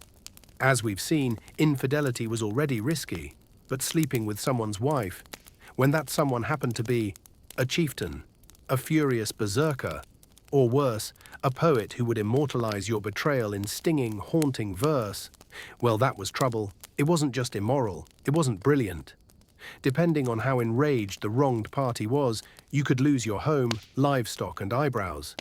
There's a story of one man caught with another's wife who was sentenced to wander the village wearing nothing but a fish and a face full of regret. It's unclear which was worse. Then there were power-related taboos, especially involving coercion and abuse. Though Viking society was patriarchal, it was not lawless. Women, especially free women, had rights. If a man forced himself on a woman without her consent, it was considered a crime. Yes, rape was illegal under Norse law, and it could be punished with fines, exile, or worse. Of course, that didn't stop all wrongdoing, but it meant there were systems, flawed but present, that acknowledged consent mattered. A powerful man taking advantage of a servant, shamed. A man seducing a widow with promises of protection, then vanishing. Disgraceful. A man claiming the gods told me to touch you. Yeah, nobody bought that. And then there were forbidden loves. Same-gender affection, as we've touched on before, existed in the Viking world, but not all of it was accepted.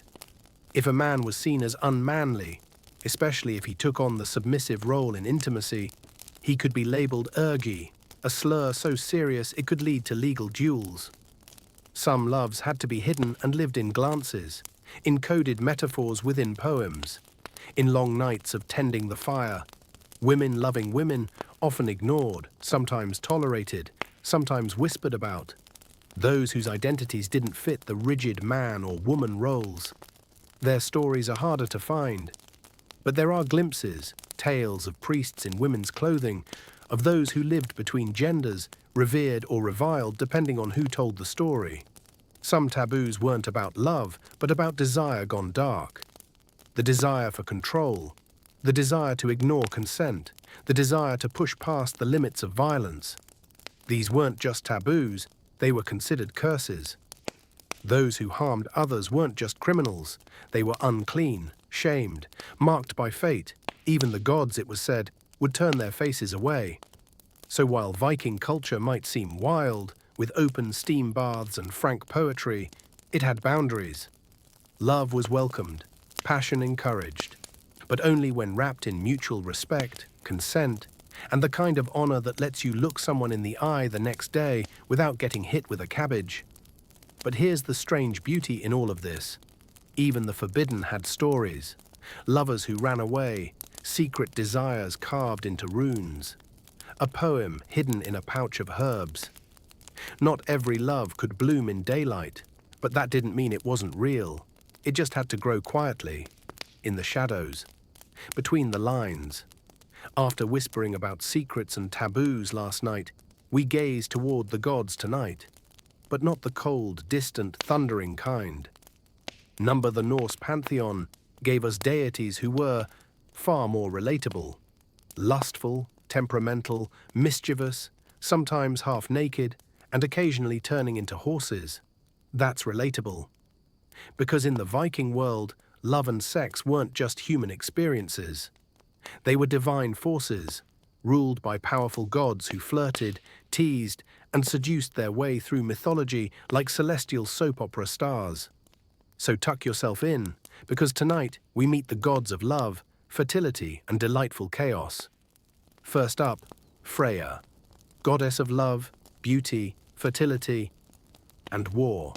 Yes, she could seduce you senseless one moment and charge into battle the next. Golden jewelry gleaming, falcon feather cloak billowing, possibly judging your outfit. Freya was the ultimate embodiment of passion. She owned her desire without apology. She wept golden tears when grieving. She chose half of all fallen warriors to live with her in Folkvanga, her heavenly meadow. And she had a chariot pulled by cats, real cats. Because why not? In the myths, Freya loved freely. Mortal, immortal, shapeshifter. She didn't discriminate, but her love was never cheap. One famous tale tells of a group of dwarves who crafted a beautiful necklace and slept with each one to earn it. No shame, no punishment. The story says she did what she wanted and wore that necklace like a queen. Freya wasn't just a goddess to Viking women, she was an ideal. Seductive, strong, commanding. She blessed marriages, oversaw childbirth, and protected hearts that refused to be tamed. And her name, still seen in Nordic baby names today. That's staying power. Then there's her brother, Freya. Yes, slightly awkward. Brother and sister, both fertility gods. Go with it. Freya ruled over sunshine, prosperity, peace, and fruitful unions on the field and in the bedroom. His most iconic possession, a sword that could fight on its own, but more famously, a statue. A very prominent one. Many ancient statues of Freya were anatomically enthusiastic, and no one batted an eye. Farmers prayed to him for good harvests and healthy livestock. Couples hoping for children brought offerings. His image appeared in temples, homes, even ships. Like a Nordic Cupid with less clothing and more swagger. One myth tells of Freya falling in love with a beautiful giantess, Gerda, and sending his servant to woo her with gifts, threats, and increasingly poetic metaphors. In the end, she agreed to meet him, in 9 nights. Because even in mythology, romance isn't easy. Their tale is one of longing, distance, and eventually a sacred, passionate union that blessed the earth with fertility. At his core, Freya represents the kind of love that hurts a little. That grows slowly. That waits, burning low and steady like a winter hearth. But love and desire aren't always full of sunshine and golden tears. Loki enters, the trickster, the shapeshifter, the dash of chaos in every Norse tale. Loki isn't a love god, but he sure knows how to stir it up. Male one day, female the next, sometimes a horse, sometimes a fish. Loki defies every expectation, every role, every rule. In one particularly infamous and weirdly charming story, Loki turns into a mare, seduces a stallion, and later gives birth to an 8-legged horse, which he then gifts to Odin. No one in the myth is especially shocked. Loki's presence reminded Vikings that love isn't always neat. It can be messy, unpredictable, inconvenient. But it's part of the cosmic balance. And of course, we can't forget Odin, the All-Father. Not exactly the god of romance, he's more war, wisdom, and ravens, but even Odin had his moments. He seduced priestesses, sought forbidden knowledge with kisses, and whispered secrets into the ears of dying kings. Because even wisdom, in Norse lore, wasn't pure intellect. It was earned through experience, including the heart's tangled, burning, sometimes reckless experiences. So what do all these divine escapades tell us? The Vikings didn't separate love and sex from the sacred. They wove them together. They saw desire as a natural force, like wind or fire. Not something to repress, but something to understand, honor, and occasionally sing about after too much mead. Their gods were flawed, emotional, and sometimes scandalous. But they weren't ashamed. They didn't hide their passion behind veils of guilt. They wore it like fur cloaks, loud, wild, glorious. To love fiercely, chaotically, wholly, was to live fully. And if the gods could make mistakes, fall for giants, cry golden tears, or birth magical horses, then your awkward crush on the baker's son isn't such a big deal. Up to now, we've explored the pleasures, rituals, and even the gods behind Viking intimacy. But as anyone who's ever heard a lullaby in a smoky longhouse knows, passion often comes with consequences. Tonight, we will talk about the risks, because in a world without pregnancy tests, without an aisle of contraceptives at the local market, and without a doctor you can call at 2 a.m. after panicking about a missed period, the Vikings had to navigate desire with guesswork, herbs, and a bit of prayer. So let's settle by the hearth and explore how the Norse people approached fertility and tried to control it with limited but remarkably clever tools. First, Viking-style contraception. No rubber rolls or magical pills were boasting 99% effectiveness. But that doesn't mean Vikings left everything to fate. They had herbal knowledge passed down through generations of midwives, healers, and suspiciously well-informed grandmothers. Commonly used contraceptive herbs included 1. Wild carrot seeds are believed to interfere with implantation. 2. Juniper berries are sometimes brewed into tea. Thirdly, angelica root is a bitter herb thought to cool the womb. These were consumed as teas, chewed raw, or mixed into very strong mead. Were they effective? Hard to say. A blend of placebo, seasonal abstinence, and folk wisdom probably did part of the trick. Then came the rhythm method. Though the word ovulation appears in no saga, women still had a basic awareness of bodily rhythm. Moon cycles, physical changes. Folk wisdom advised avoiding certain acts during fertile tides, though exact definitions varied between villages and sometimes depended on whether a goat had acted strangely that day. And then there was withdrawal, a method unspoken in sagas, likely attempted, occasionally regretted, and often followed by the muttered phrase, "The gods will decide." Spoiler, the gods often said, "Surprise." So what happened when contraception failed? If a pregnancy occurred within marriage, it was cause for celebration. Broths were brewed, blessings offered, and midwives solemnly nodded, saying, "I thought so." You've had the glow of a spawning salmon. But if the pregnancy was unintended, especially outside of marriage, things got trickier. Out-of-wedlock pregnancy wasn't always condemned.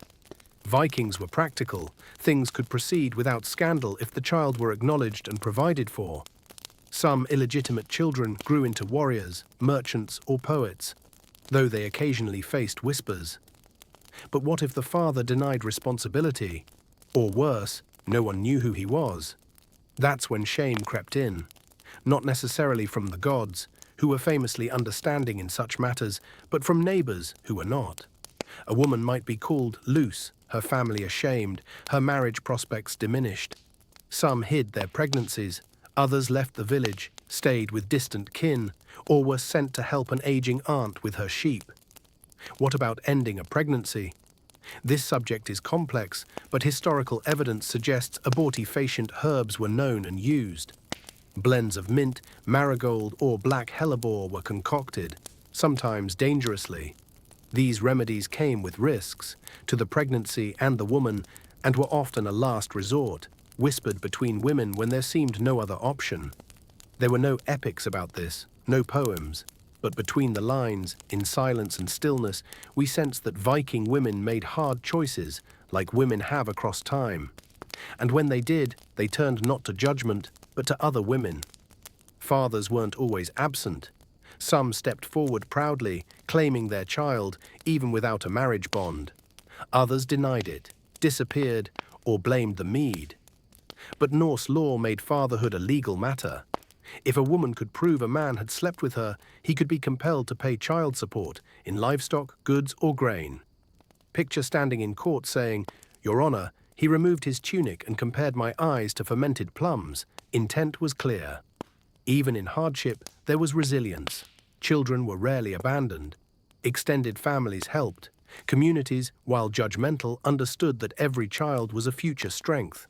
Another set of hands, a future shield-bearer, another soul to carry stories forward.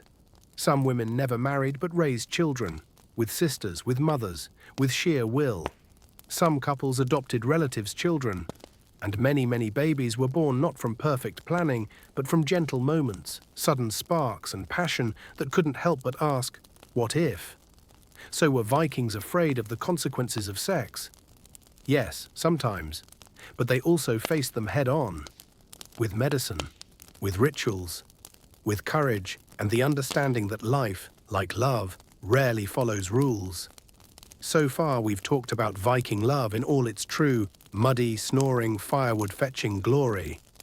But tonight let's drift somewhere softer, somewhere quieter. Tonight we step into the dream, because even in a world of salted fish and soot-blackened ceilings, there were still fantasies, longings, secret stories told only in silence, desires tucked between straw mattresses and carried into sleep. No one wrote sagas about them, at least not out loud. But they were there, hidden in glances, in sighs, in the strange smile someone gave you across the fire when they thought no one was watching. So let's enter that world of unsent letters, forbidden touches, and daydreams blooming between goat feedings. Let's begin with the dreamers, the woman stirring stew with one hand while imagining a traveling poet reciting verses just for her, beneath moonlight, not firelight, and without the shouting of cousins in the background. Or the young shepherd boy who dreams that the merchant's daughter says yes, not out of duty, but out of hunger. One who desires to be touched and chosen. Fantasies in the Viking world weren't always about the flesh. They were about freedom, privacy, a touch that didn't rush, a kiss not witnessed by 3 chickens and a nosy grandmother. Some fantasies were mythical. After all, who better to dream of than the gods themselves? Some pictured Freya in the steam house, radiant, warm, whispering secrets of pleasure no midwife dared say aloud. Others dreamed of Freya, the golden god of growth, who always knew exactly when to plant and when to harvest. Still others imagined giants, not as monsters, but as towering lovers from beyond the mountains. Forbidden, dangerous, all limbs and heat. Because the nature of fantasy is escape from duty, from expectations, from the same face over breakfast every morning. And yes, there were taboo dreams too, dreams of those they shouldn't love. A married woman, the rival's son. A foreign trader whose voice made even the word turnip shipment sound like a love song. Dreams of what it felt like to be truly seen, to be soaked in someone's gaze, to be wanted. Not for your dowry, family name or goats, but for your laugh, your hands. You walk into a room like you own every wooden plank in it. Were these dreams ever spoken aloud? Rarely, but they surfaced in poetry, in riddles, in songs sung slowly by the fire. A man might say, "She walks like wind across water. She braids her hair faster than lightning." Someone might murmur, "Not meeting your eye." Fantasies lived in gestures, in the way someone poured you mead, in the pause before they let go of your cup, in the extra heartbeat before their hand pulled away. Sometimes fantasy bled into ritual, a carved charm tucked under a pillow, a lock of hair tied with red thread, a rune scratched into wood and tossed into the fire, not to summon anyone, but to name a feeling. There were even dreams of love that were thought to be prophetic. If you dreamed of water, it meant longing. If you dreamed of wolves, you couldn't stop watching. It meant a desire you hadn't yet faced. If someone appeared in your dream, naked, offering bread, it could be hunger, or something deeper. And then, some dreams stayed old. The kiss that never happened, the glance that was never returned, the quiet ache toward the bathhouse that never looked back. Some people carried those fantasies like warm stones in a pouch. Not burdens, but treasures. Small things, secret things, never fading and just softening with time. Maybe you sit beside your partner of 30 winters. Maybe you love them deeply. And maybe, sometimes, you still dream of the stable boy from long ago, or the merchant woman with the sweet voice who disappeared one spring. And that's okay. Because in Viking life, as in all lives, fantasy is not betrayal. It is a reminder that you're still alive, that you once longed, that beneath the duties you still carry embers, still carry dreams. So tonight, let your mind float. You don't need a god, or a perfect firelight, or a poem that ends in marriage. Just a moment, a feeling, a hand reaching through the dark, maybe not to touch, just to be near. And the quiet understanding that desire, unspoken, is still deeply human. Last night we wandered through the quiet world of Viking dreams, whispered longings, impossible loves, and the warmth of what might have been. But tonight we return to something more practical, because not every Viking desire was poetic. Some were negotiated, some were paid for in coins, goods, or simply by trading fish for affection. Tonight we lift the veil on the economy of desire, exploring brothels, companionship, and the quiet world of paid intimacy in the Viking age. Now let's be clear, the Vikings didn't have brothels in the way we imagine today. There were no buildings with red lanterns, no signs that said, "Love for hire, open through Ragnarok," and no businesses with clipboards and loyalty programs. But that doesn't mean transactional intimacy didn't exist. In port towns, market festivals, and trade routes stretching from Iceland to Constantinople, there were always men and women exchanging affection for goods, silver, protection, or sometimes just a hot meal and dry boots. These were informal arrangements, quiet, sometimes tolerated and sometimes judged, but always present. Picture a bustling Viking port, creaking ships, rolling barrels. The smell of fish is so strong it feels like it predates Odin's first beard. And among the crowds, merchants, warriors, wanderers, someone walking with a knowing smile and a look that says, "You look tired, you look lonely, you look like no one's touched you since last harvest." Women were willing to keep them company for a coin. Some were independent, proud of their skills and survival. Others were part of larger households, working under protection, sometimes by choice or pressure. And yes, there were men too, companions to wealthy widows, foreign merchants, or anyone curious about what power feels like when it changes hands. And it wasn't always obvious. Sometimes it was just dinner, laughter, and a long walk behind the bathhouse. Sometimes it was a performance, singing, storytelling, or massage, and an ending that hinted at something more. And sometimes it was companionship with no end. Just presence, warmth, a shoulder, a night with no questions. So how did society view them? It depended. In some towns, these companions were simply part of life. No one said much, as long as they didn't cause trouble, didn't get too loud, or steal anyone's husband. They were allowed to exist in the background, like chimney smoke or nosy chickens. However, the judgment was harsher in stricter villages, especially where Christianity began to spread.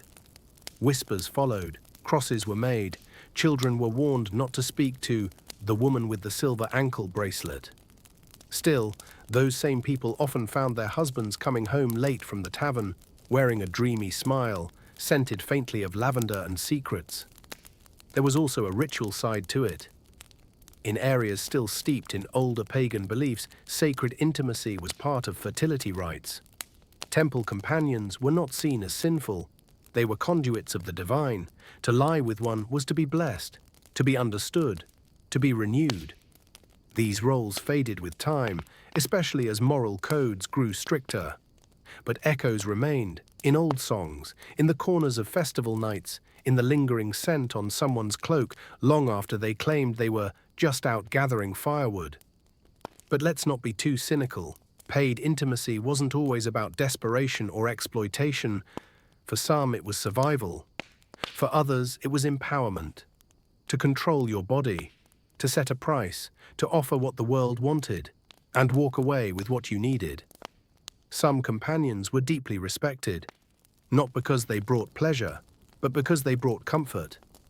To the grieving, to the lonely, to the man untouched since his wife died in the last snowstorm.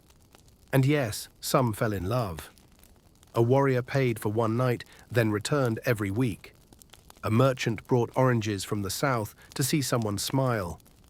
A companion stopped charging because something had shifted, and suddenly silver was no longer the right currency. Still, most arrangements were simple. You stayed the night, you left before dawn, and no one asked your name unless they genuinely wanted to know. No promises, just a moment. But sometimes, a moment is enough. So if you imagine the Viking world as nothing but love bound by legend and ritual, remember this. Love comes in many forms. Some wear keys on their belts, some wear perfume by the docks, some are bought, some are borrowed, and some arrive exactly when needed. Like warmth in winter, like a hand in the dark, asking for nothing, and giving just enough. Last night we whispered about passion paid for, about fleeting touches, exchanged glances, and nights wrapped in warmth that never asked for forever. But tonight, we speak of absence, of the cradle left empty. The name was never spoken. There was silence between two people who once lay side by side, waiting for laughter that never came. This is the part of Viking love that no poet wanted to sing. There were no ballads for barrenness, no cheerful tales for the childless. But that doesn't mean their stories didn't exist. It means they lived in silence. In the Viking world, children were not just joy, they were expected. They carried your name, tended your grave, told your stories long after your bones rested beneath the frost. A home without children felt incomplete, not cursed, not shunned, but watched, with tilted heads, with words that sounded kind but cut like blades. Maybe next season. The gods take their time. She's still young, maybe her knees just got too cold. And then the years passed. For many couples, the struggle to conceive was met with hope and herbs. The local midwife might offer brews made from nettle root to warm the womb. Angelica, once again, the herb of both beginning and end. Mugwort, to invite the soul, as they'd say. Some slept with runes carved under their pillows. Others offered eggs to Freya or buried bones beneath standing stones at dawn. And sometimes it worked. But sometimes, nothing.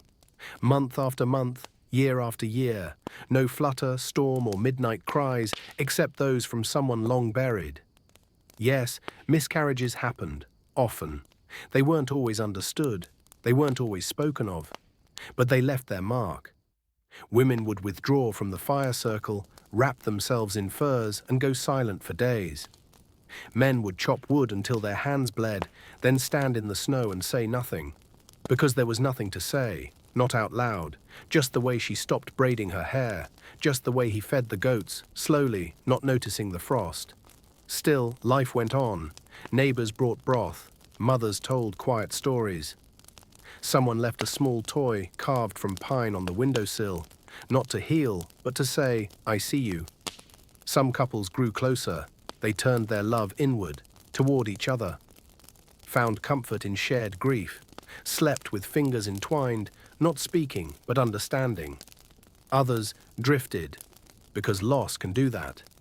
It takes up space between two people, sits at the table like a third guest, lies between bodies like a cold draft. But childlessness didn't always mean hopelessness. Some adopted, a niece, a nephew, a child lost in a fire.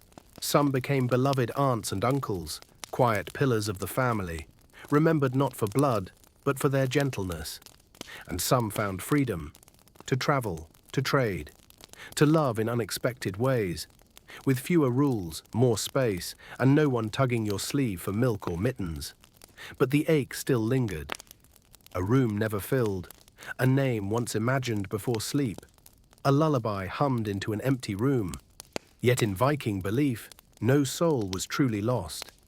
Even an unborn child could be remembered, quietly named, written into the margins of a story no one else could see. Some whispered those names to the wind. Some carved them into stones behind the longhouse. Some closed their eyes and saw a face that never aged. For the Vikings, love wasn't always fire and fury. Sometimes it was endurance. Staying, holding hands in silence, staring at the stars, saying nothing. Because what could you say?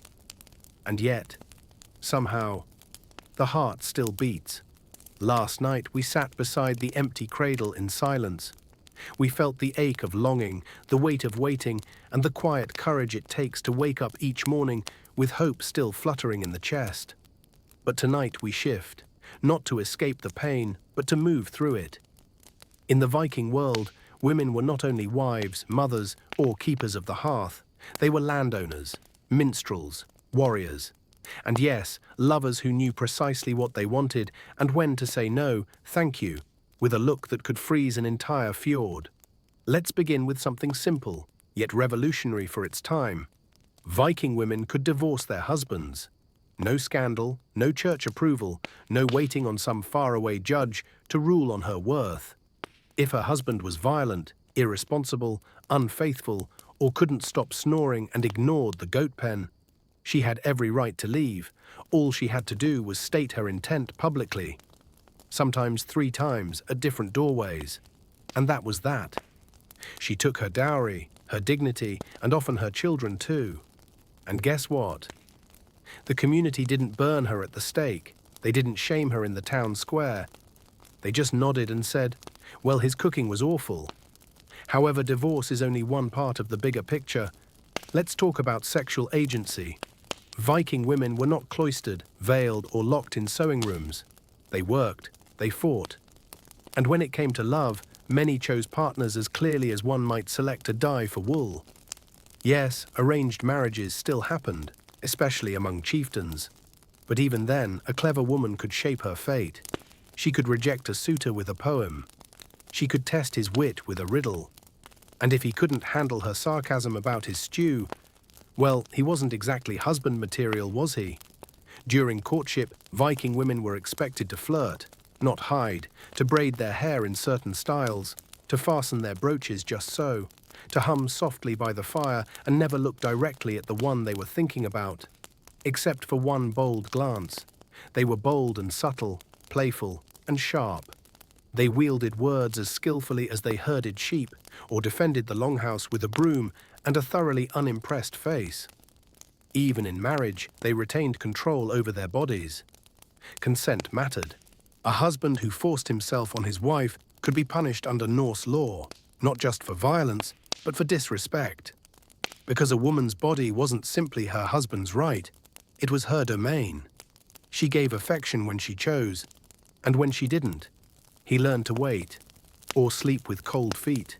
And widows? Viking widows might have been the quiet powerhouses of their time. They inherited land, managed households, and sometimes loved again on their terms. A widow could take a lover, could remarry, could decide she preferred solitude and a loyal dog.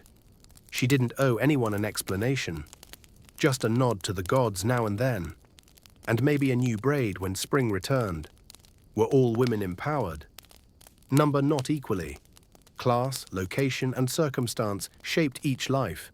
However, Viking women had more room to breathe compared to many of their medieval sisters across Europe, to speak, to own, and, when needed, to roar. However, love that didn't follow tradition had space to exist quietly. The women who never married, the women who loved differently, the women who chose themselves over endless expectations of children, service, or sacrifice. They weren't saints, they weren't always celebrated, but they were there, living, loving, laughing too loudly in the sauna, holding their heads high even as whispers swirled like frost around them. So tonight, remember this. The Viking world was not only shaped by axes and sails, she shaped it. The woman who said no to a bad marriage, the one who once loved deeply and never looked back, the one who kissed someone behind the stables and never regretted it, the one who told her truth with soot-streaked hands and eyes full of knowing. She may not be in every saga, but she is always there in every quiet moment. Every heart, every story is still told beneath the stars. Last night, we honored the women of the North, fierce, free, and full of fire. But tonight, we gently turn toward those who stood beside them. Because not every Viking was a raider. Not every lover carried a sword. Some held a child better than a blade. Some fought only with words or didn't fight at all. Tonight, we speak of the men not born from thunderclouds and rage, but from stillness, tenderness, and the quiet strength of love. In ancient tales, Viking masculinity often bursts forth. Raised axes, burning ships, muscles that sound suspiciously exaggerated. But behind those stories, another truth hums softly. The strongest men were often the gentlest. Picture a man rising before dawn. He lights the fire before his wife stirs. He rubs warmth into his child's feet with calloused hands. And when the goats bleat too loudly, he sighs, but still lets them out. He doesn't speak much. But when he does, every word matters. And when he laughs, low and warm, it fills the room like mead poured just right. That is a strength. Not in how many enemies you've slain, but in remembering which berries your wife likes best. These men knew sorrow. They lost brothers to storms, friends in raids, and children to winters. And still, they showed up, to tend the fields, to mend the roof, to be there even when their hearts were breaking. They didn't always cry, but when they did, It was no shame. Tears were seen as accurate, a sign that the soul had not frozen, even if the rivers had. Some of them wrote poetry, not battle songs, but verses about hair drifting in the wind, about watching someone walk away, knowing they'd never return, about love that bloomed too soon, or too late. They carved runes into wood, left flowers outside the sauna, made clumsy necklaces from bone and said, "I saw this and thought of you," better than any jewel. Some fathers stayed while wives traveled, husbands who listened more than they spoke, lovers who asked, "Is this okay?" before moving closer. Yes, really. Consent wasn't a weakness, it was respect. And in Viking society, respect was sacred. These were men who understood rhythm, not just in song or in bed, but in knowing when to speak, and when to hold you while you cried for something you couldn't name. They didn't compete, they didn't conquer. They loved, like trees love sunlight, quietly, steadily, with roots deep and arms wide. Even warriors had softness. A man could return from battle, boots still blood-stained, and stop to cradle a sleeping child as if she were made of wind. He could build a cradle from spare planks, because he remembered what it felt like to lose one. He could carry grief in one hand, and wildflowers in the other, because strength in its most valid form never lies in how loud you roar, but in how gently you touch joy when it finally arrives. Some of these men loved other men. Not all could say it, not all dared, but some did, in quiet forest meetings, on shared beds during long journeys. They never truly married, but always found a reason to sit next to the same person at every feast. In Norse myths, even the gods weep. Odin sacrificed for wisdom. Balder died young and the world mourned. And Freya, god of fertility and light, gave up his magic sword for love. A sword. For love. That's not weakness, that's poetry. So tonight, if you imagine Viking men only as muscle-bound warriors bellowing war cries, think again. Think of the one who fixed your roof in the rain, who sang terribly but still tried, who sat at your sickbed without complaint. He may never become a saga, but he is there in every carved spoon, every fire lit, every hand that stayed when it could have let go. After honoring the quiet strength of Viking men last night, tonight, we return to the beginning. The first time, not your first sword, not your first longship, but your first intimate night. A strange, unforgettable mess of nerves, hope, and someone asking, "Wait, does this go in here?"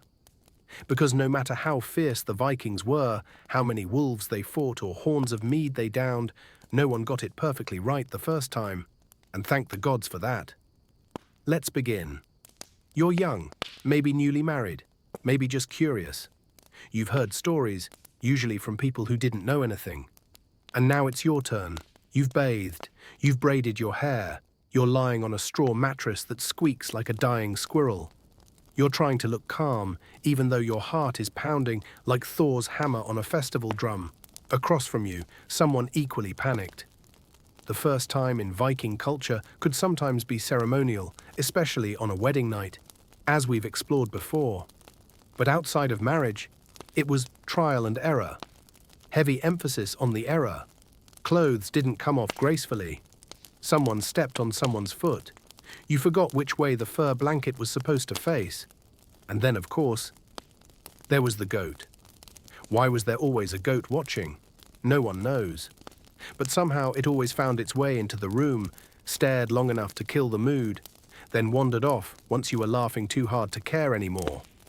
Some couples were gentle. They talked, they fumbled, they apologized for their cold hands. Others were bolder, full of swagger, until they realized they had no idea where anything went and had to ask. Have you done this before? I mean, not with a person. What?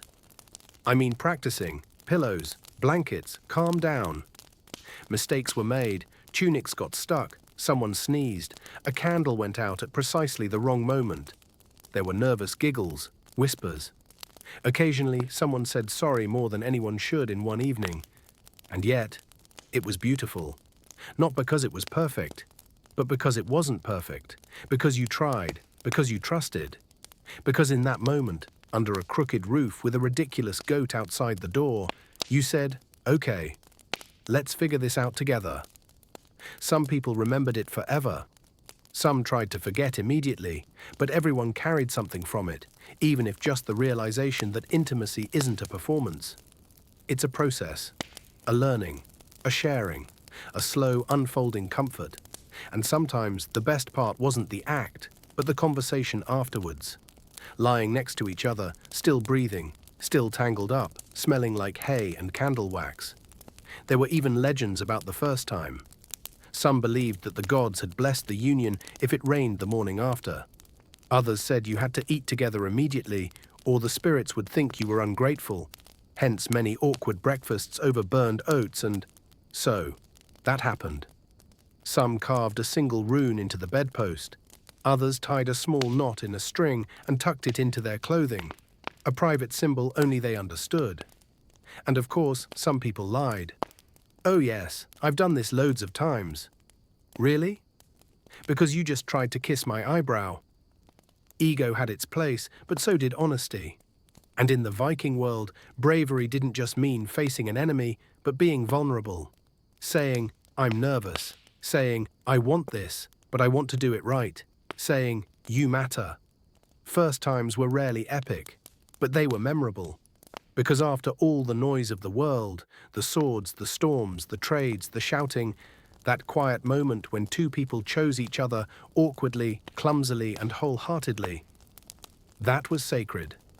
So if you weren't perfect, if you bumped heads, or forgot something, or panicked halfway through, you weren't alone.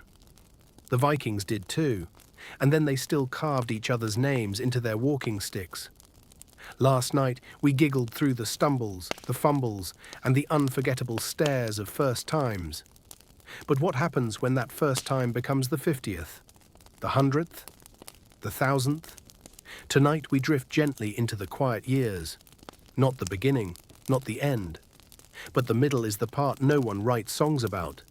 The part where the fire has died down, but the embers are still glowing. For the Vikings, love didn't mean the lightning lasted forever. It began with glances, feasts, and hands brushing against grain sacks. But once you chose someone, or they chose you, love became something else entirely. It became routine, kindness, and sometimes a detailed argument about where all the spoons kept disappearing. Picture a couple who's weathered 10 winters. By now they know each other's rhythms. Who snores? Who sings in their sleep? Who always leaves their boots by the fire like a love trap? They've seen each other angry, hungry, mud-caked, and sick. They've bandaged each other, rubbed oils into sore backs, laughed at each other's ridiculous faces after being startled by a goose. And they're still here. Intimacy at this stage isn't grand. It's not dramatic. It's not poetry shouted from rooftops. It's this: pulling the blanket higher over their shoulder when they fall asleep too soon, leaving the best piece of dried cod on their plate, touching a hand, for just a second, in front of others and not caring who sees.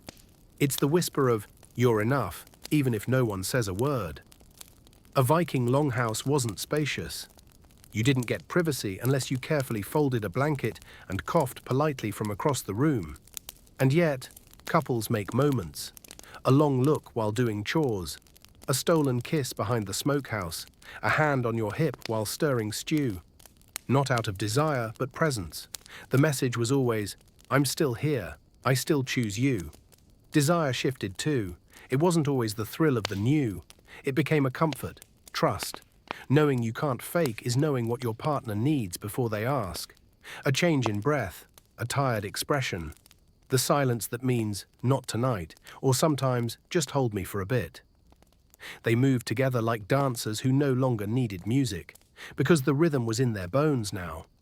Of course, there were quiet nights, nights when barely a word was spoken, one lost in worry, the other spinning wool or stacking firewood. But even in silence, love ruled. It didn't need to be announced.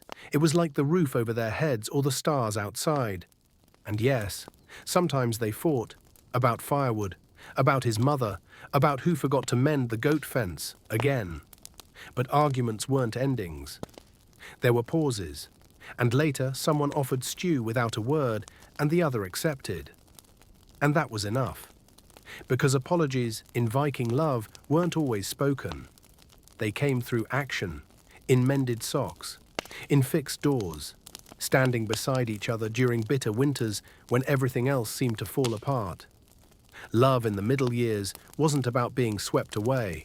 It was about standing steady, together, about watching the storms roll in and knowing your roof still held firm. Some nights they still touched like it was the first time, careful, playful, wearing bodies that had changed, soft, scarred, but still remembering how to listen. Other nights they lay side by side, and that was enough, because being wanted is wonderful, but being known and still loved is something more profound. So if you fear the spark is gone, if you don't feel fireworks every morning, if your kiss sounds more like a sigh than a song, that isn't the end. That's the heart of it. That's where real love lives. In the embers, in the quiet warmth, in the knowing smile shared over a bowl of stew. Last night we curled up beside the embers, the slow, steady warmth of lasting love. But even the strongest fire can fade. Tonight we step into the next cold. Not every Viking bond endured. Some cracked, some collapsed, and some simply cooled, not with a bang, but with a silence. It always starts small. One stops waiting, the other forgets how you like your smoked herring. A touch no longer lingers, a gaze drifts elsewhere, or doesn't come at all. The goats still need feeding, the roof still leaks, but the air between you thickens, like winter fog that never fully lifts. In the Viking world, betrayal came in many forms. Sometimes it was just a wandering glance, a misplaced hand, a kiss behind the steam house that wasn't meant for you. Other times it was indifference, forgetting birthdays, not because they didn't matter, but because they never mattered enough to remember. Choosing silence over softness, distance over effort. And then one day, someone stops trying. The I love you fades from their lips. The bed feels wider, and meal times, once filled with laughter, become quiet stretches of chewing and the occasional sigh. Some stayed together out of duty, for the children, for the land, for fear of starting again. But they slept back to back, each cradling their quiet sadness. They only spoke about chores. And when the festivals came, they danced, politely of course, but far too long to be called innocent. Others chose to leave. Divorce in Viking society was allowed, but that didn't make it painless. It meant admitting that something once ablaze had turned to ash, unweaving what had been tightly braided, not just hair, but lives, dreams, and 100 small beautiful things once shared. Some avowed it. Others left in the night with only a note and a missing shoe to explain it. For those left behind, the bed became a monument to what was, to what could have been. The blankets still held their scent, the floor still creaked where they once stood, and the silence after nightfall, no longer peaceful, became deafening. But not every loss was a betrayal. Sometimes it was drifting. Two people who once laughed over burnt porridge now couldn't meet each other's eyes. They didn't fight. They didn't scream. They just stopped being seen. He became the man who sharpened blades but never said thank you. She became the woman who sang to children but no longer smiled at him. They lived side by side in two different worlds. And then death came. Not betrayal, not indifference, just absence, sudden, sharp, final. One morning, you reach for a hand that's no longer there. You stir two bowls out of habit. You hear their voice in a dream and forget that they're gone for one perfect second. In Viking belief, death isn't the end, but it is a tear. In the bedsheets, in the breath, in the future. Some remarried, some wandered, some simply endured. Yet even in sorrow, the Vikings found poetry. Skalds wrote of lost lovers, of ships that sailed without a goodbye, of women who waited for years only to hear he'd died, or worse, married another in the east. Songs were sung for the ones left behind, the ones forgiven but not forgotten, the ones who stayed, even when their hearts whispered, "Go." And with time, wounds became scars. They learned to laugh again, perhaps softer, perhaps more carefully. They braided their hair tightly. They worked the fields with stronger hands. They watched the sunrise and didn't always cry. Because even when love leaves, they remained. And sometimes that is the bravest thing of all. Last night we sat quietly on a cold bed, amidst the echoes of betrayal, distance, and quiet unraveling of bonds once tightly woven. But tonight, we turn the page. Because even after winter, spring arrives. Even when the fire dies, someone still gathers wood. And even when love has left, healing begins. This is the story of beginning again. Not with fireworks, not with fever, but with softness, like moss growing where an axe once fell. In the Viking world, healing wasn't a dramatic act.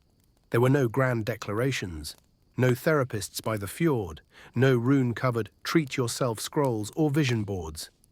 There was time, there was work, there was the slow, steady task of returning to life, not just surviving, but opening up day by day. At first, it's the little things. You sing again while slicing onions. You mend the roof, not out of duty, but because it might rain and you care again. You laugh at someone's joke in the market and don't feel guilty. You wear the necklace they gave you, not to remember, but to say you were part of me, but not all of me. And then one day, you look at someone across the fire. Not long, not on purpose, just long enough to notice their hands, their voice, the way they pour mead without spilling. Something stirs inside you. It's not desire, not yet. It's simply permission to feel again. Some Viking widows and widowers remarried. Some waited for years. Some never did, but still found moments of connection. A warm hand in a storm. A song shared beside the bathhouse. A conversation that lasted longer than expected. Because love after loss isn't always new. Sometimes it's familiar in a different way. Beginning again means telling your story piece by piece. It means saying, he died last spring. She left after the snow. I stayed, even though it hurt. And hearing someone say, I get it. You don't have to rush. The Viking world didn't always have space for long talks about feelings. But they had rituals. Lighting a new hearth, sleeping on fresh straw, bathing in the river on the first day of summer, not because you're dirty, but because you want to feel new again. These weren't just habits, they were signals. You've changed, not forgotten, never forgotten, but become someone who can love again. And when love returns, it's different. Not the rush of youth, not stolen glances or wild poetry, but something steadier. Two people with scars, two voices that don't need to fill the silence, two hearts quietly saying, I was once broken. But look, I still bloom. This kind of love whispers. It arrives with leftover stew at dinner, a shared repair project that turns into laughter, a walk that goes farther than planned. No one mentions the past, but no one has to. It lives in touches that ask, not assume. Eyes that don't seek flaws, but truth. The minor miracle of trust reborn. The village notices. And yes, some judge. Some whisper, already. Still not? But others smile, because they know grief is not loyalty, and moving forward isn't the same as moving on. So tonight, if you've ever known heartbreak, if someone once filled your world and then vanished, know this. The Viking heart, like yours, is resilient. They mourned, they cursed the gods, they sang sad songs by the sea, but then they built again, they sowed again, they loved again, not because they forgot, but because they remembered what love could be, even after everything. And now, we've reached the final night, 30 quiet steps through the intimate world of the Vikings, tinged with smoke, snow, and salt water. From the awkward first kiss behind the fish stall to the quiet sorrow of an empty cradle. From bold Freya in her falcon cloak to the hesitant gaze of a widow learning how to feel again. Tonight we don't discover anything new. We sit together beside the longhouse fire and breathe. Let it all settle. Let it all soften. The Viking world wasn't perfect. It was cold. It was loud. It often smelled like wet fur and salted herring, but it was human. Deep, messy, and beautiful. And for all the axes, the mead, and the mythic gods, it still carried the duplicate fragile threads that tie us together today. Longing, loneliness, comfort, jealousy, gentleness, laughter in the dark. It taught us that intimacy isn't a performance. You don't need the perfect body, or perfect timing, or perfect words. You need to show up, fully, awkwardly, honestly, to share your truth with someone and hope they don't flinch. It taught us that consent matters, even in an age of conquest, that yes is sacred, that no is allowed, that the strongest hand is often the gentlest, and sometimes strength looks like listening, or staying, or making soup when everything else falls apart. It taught us that first love burns bright, but lasting love burns steadily, not in declarations on feast days or steamy midnight saunas, but in the way someone adjusts your cloak before you step outside. How do they know which side of the bed eases your aching knees? In the quiet between chores, when you both know, without a word, that you are home. It taught us that love can hurt, that people will leave, or change, or choose someone else, that hearts can break, but still beat. That grief isn't failure, proof that you care deeply, truthfully, and bravely. It taught us that you can begin again, at 30, at 60, after death, after shame, after thinking you'd never feel that spark again. It taught us that some things come back, not as they were, but as they were meant to be. Wiser, slower, softer, and somehow even sweeter. It reminded us that even the gods got it wrong sometimes. They wept, they longed, they betrayed, forgave, and tried again. That longing is sacred. That joy is not shameful. With all its awkward angles, scars, and silly sounds, this body is worthy of being cherished, even when the goat walks in at precisely the wrong moment. And most of all, it taught us that love isn't a thing. It's 1,000 small gestures. It's a braid retied after a hard day. It holds someone's hand as they stare at the sea, saying nothing. It's not perfect. But it's true, and truth is enough. So wherever you are tonight, bundled beneath your blankets, listening with one eye closed, your heart beating just a little slower, know this. You carry the same flame the Vikings did, the same hope, the same ache, the same astonishment at being seen, being loved, being held, if only for a moment. Thank you for walking this long, strange, and beautiful journey with me. From longhouse to heart, from legend to mead, from firelight to tenderness. May your dreams tonight be filled with old songs, gentle hands, and a love that doesn't have to shout to last. Skoll, my friend, you made it all the way. And that, it's a love story too.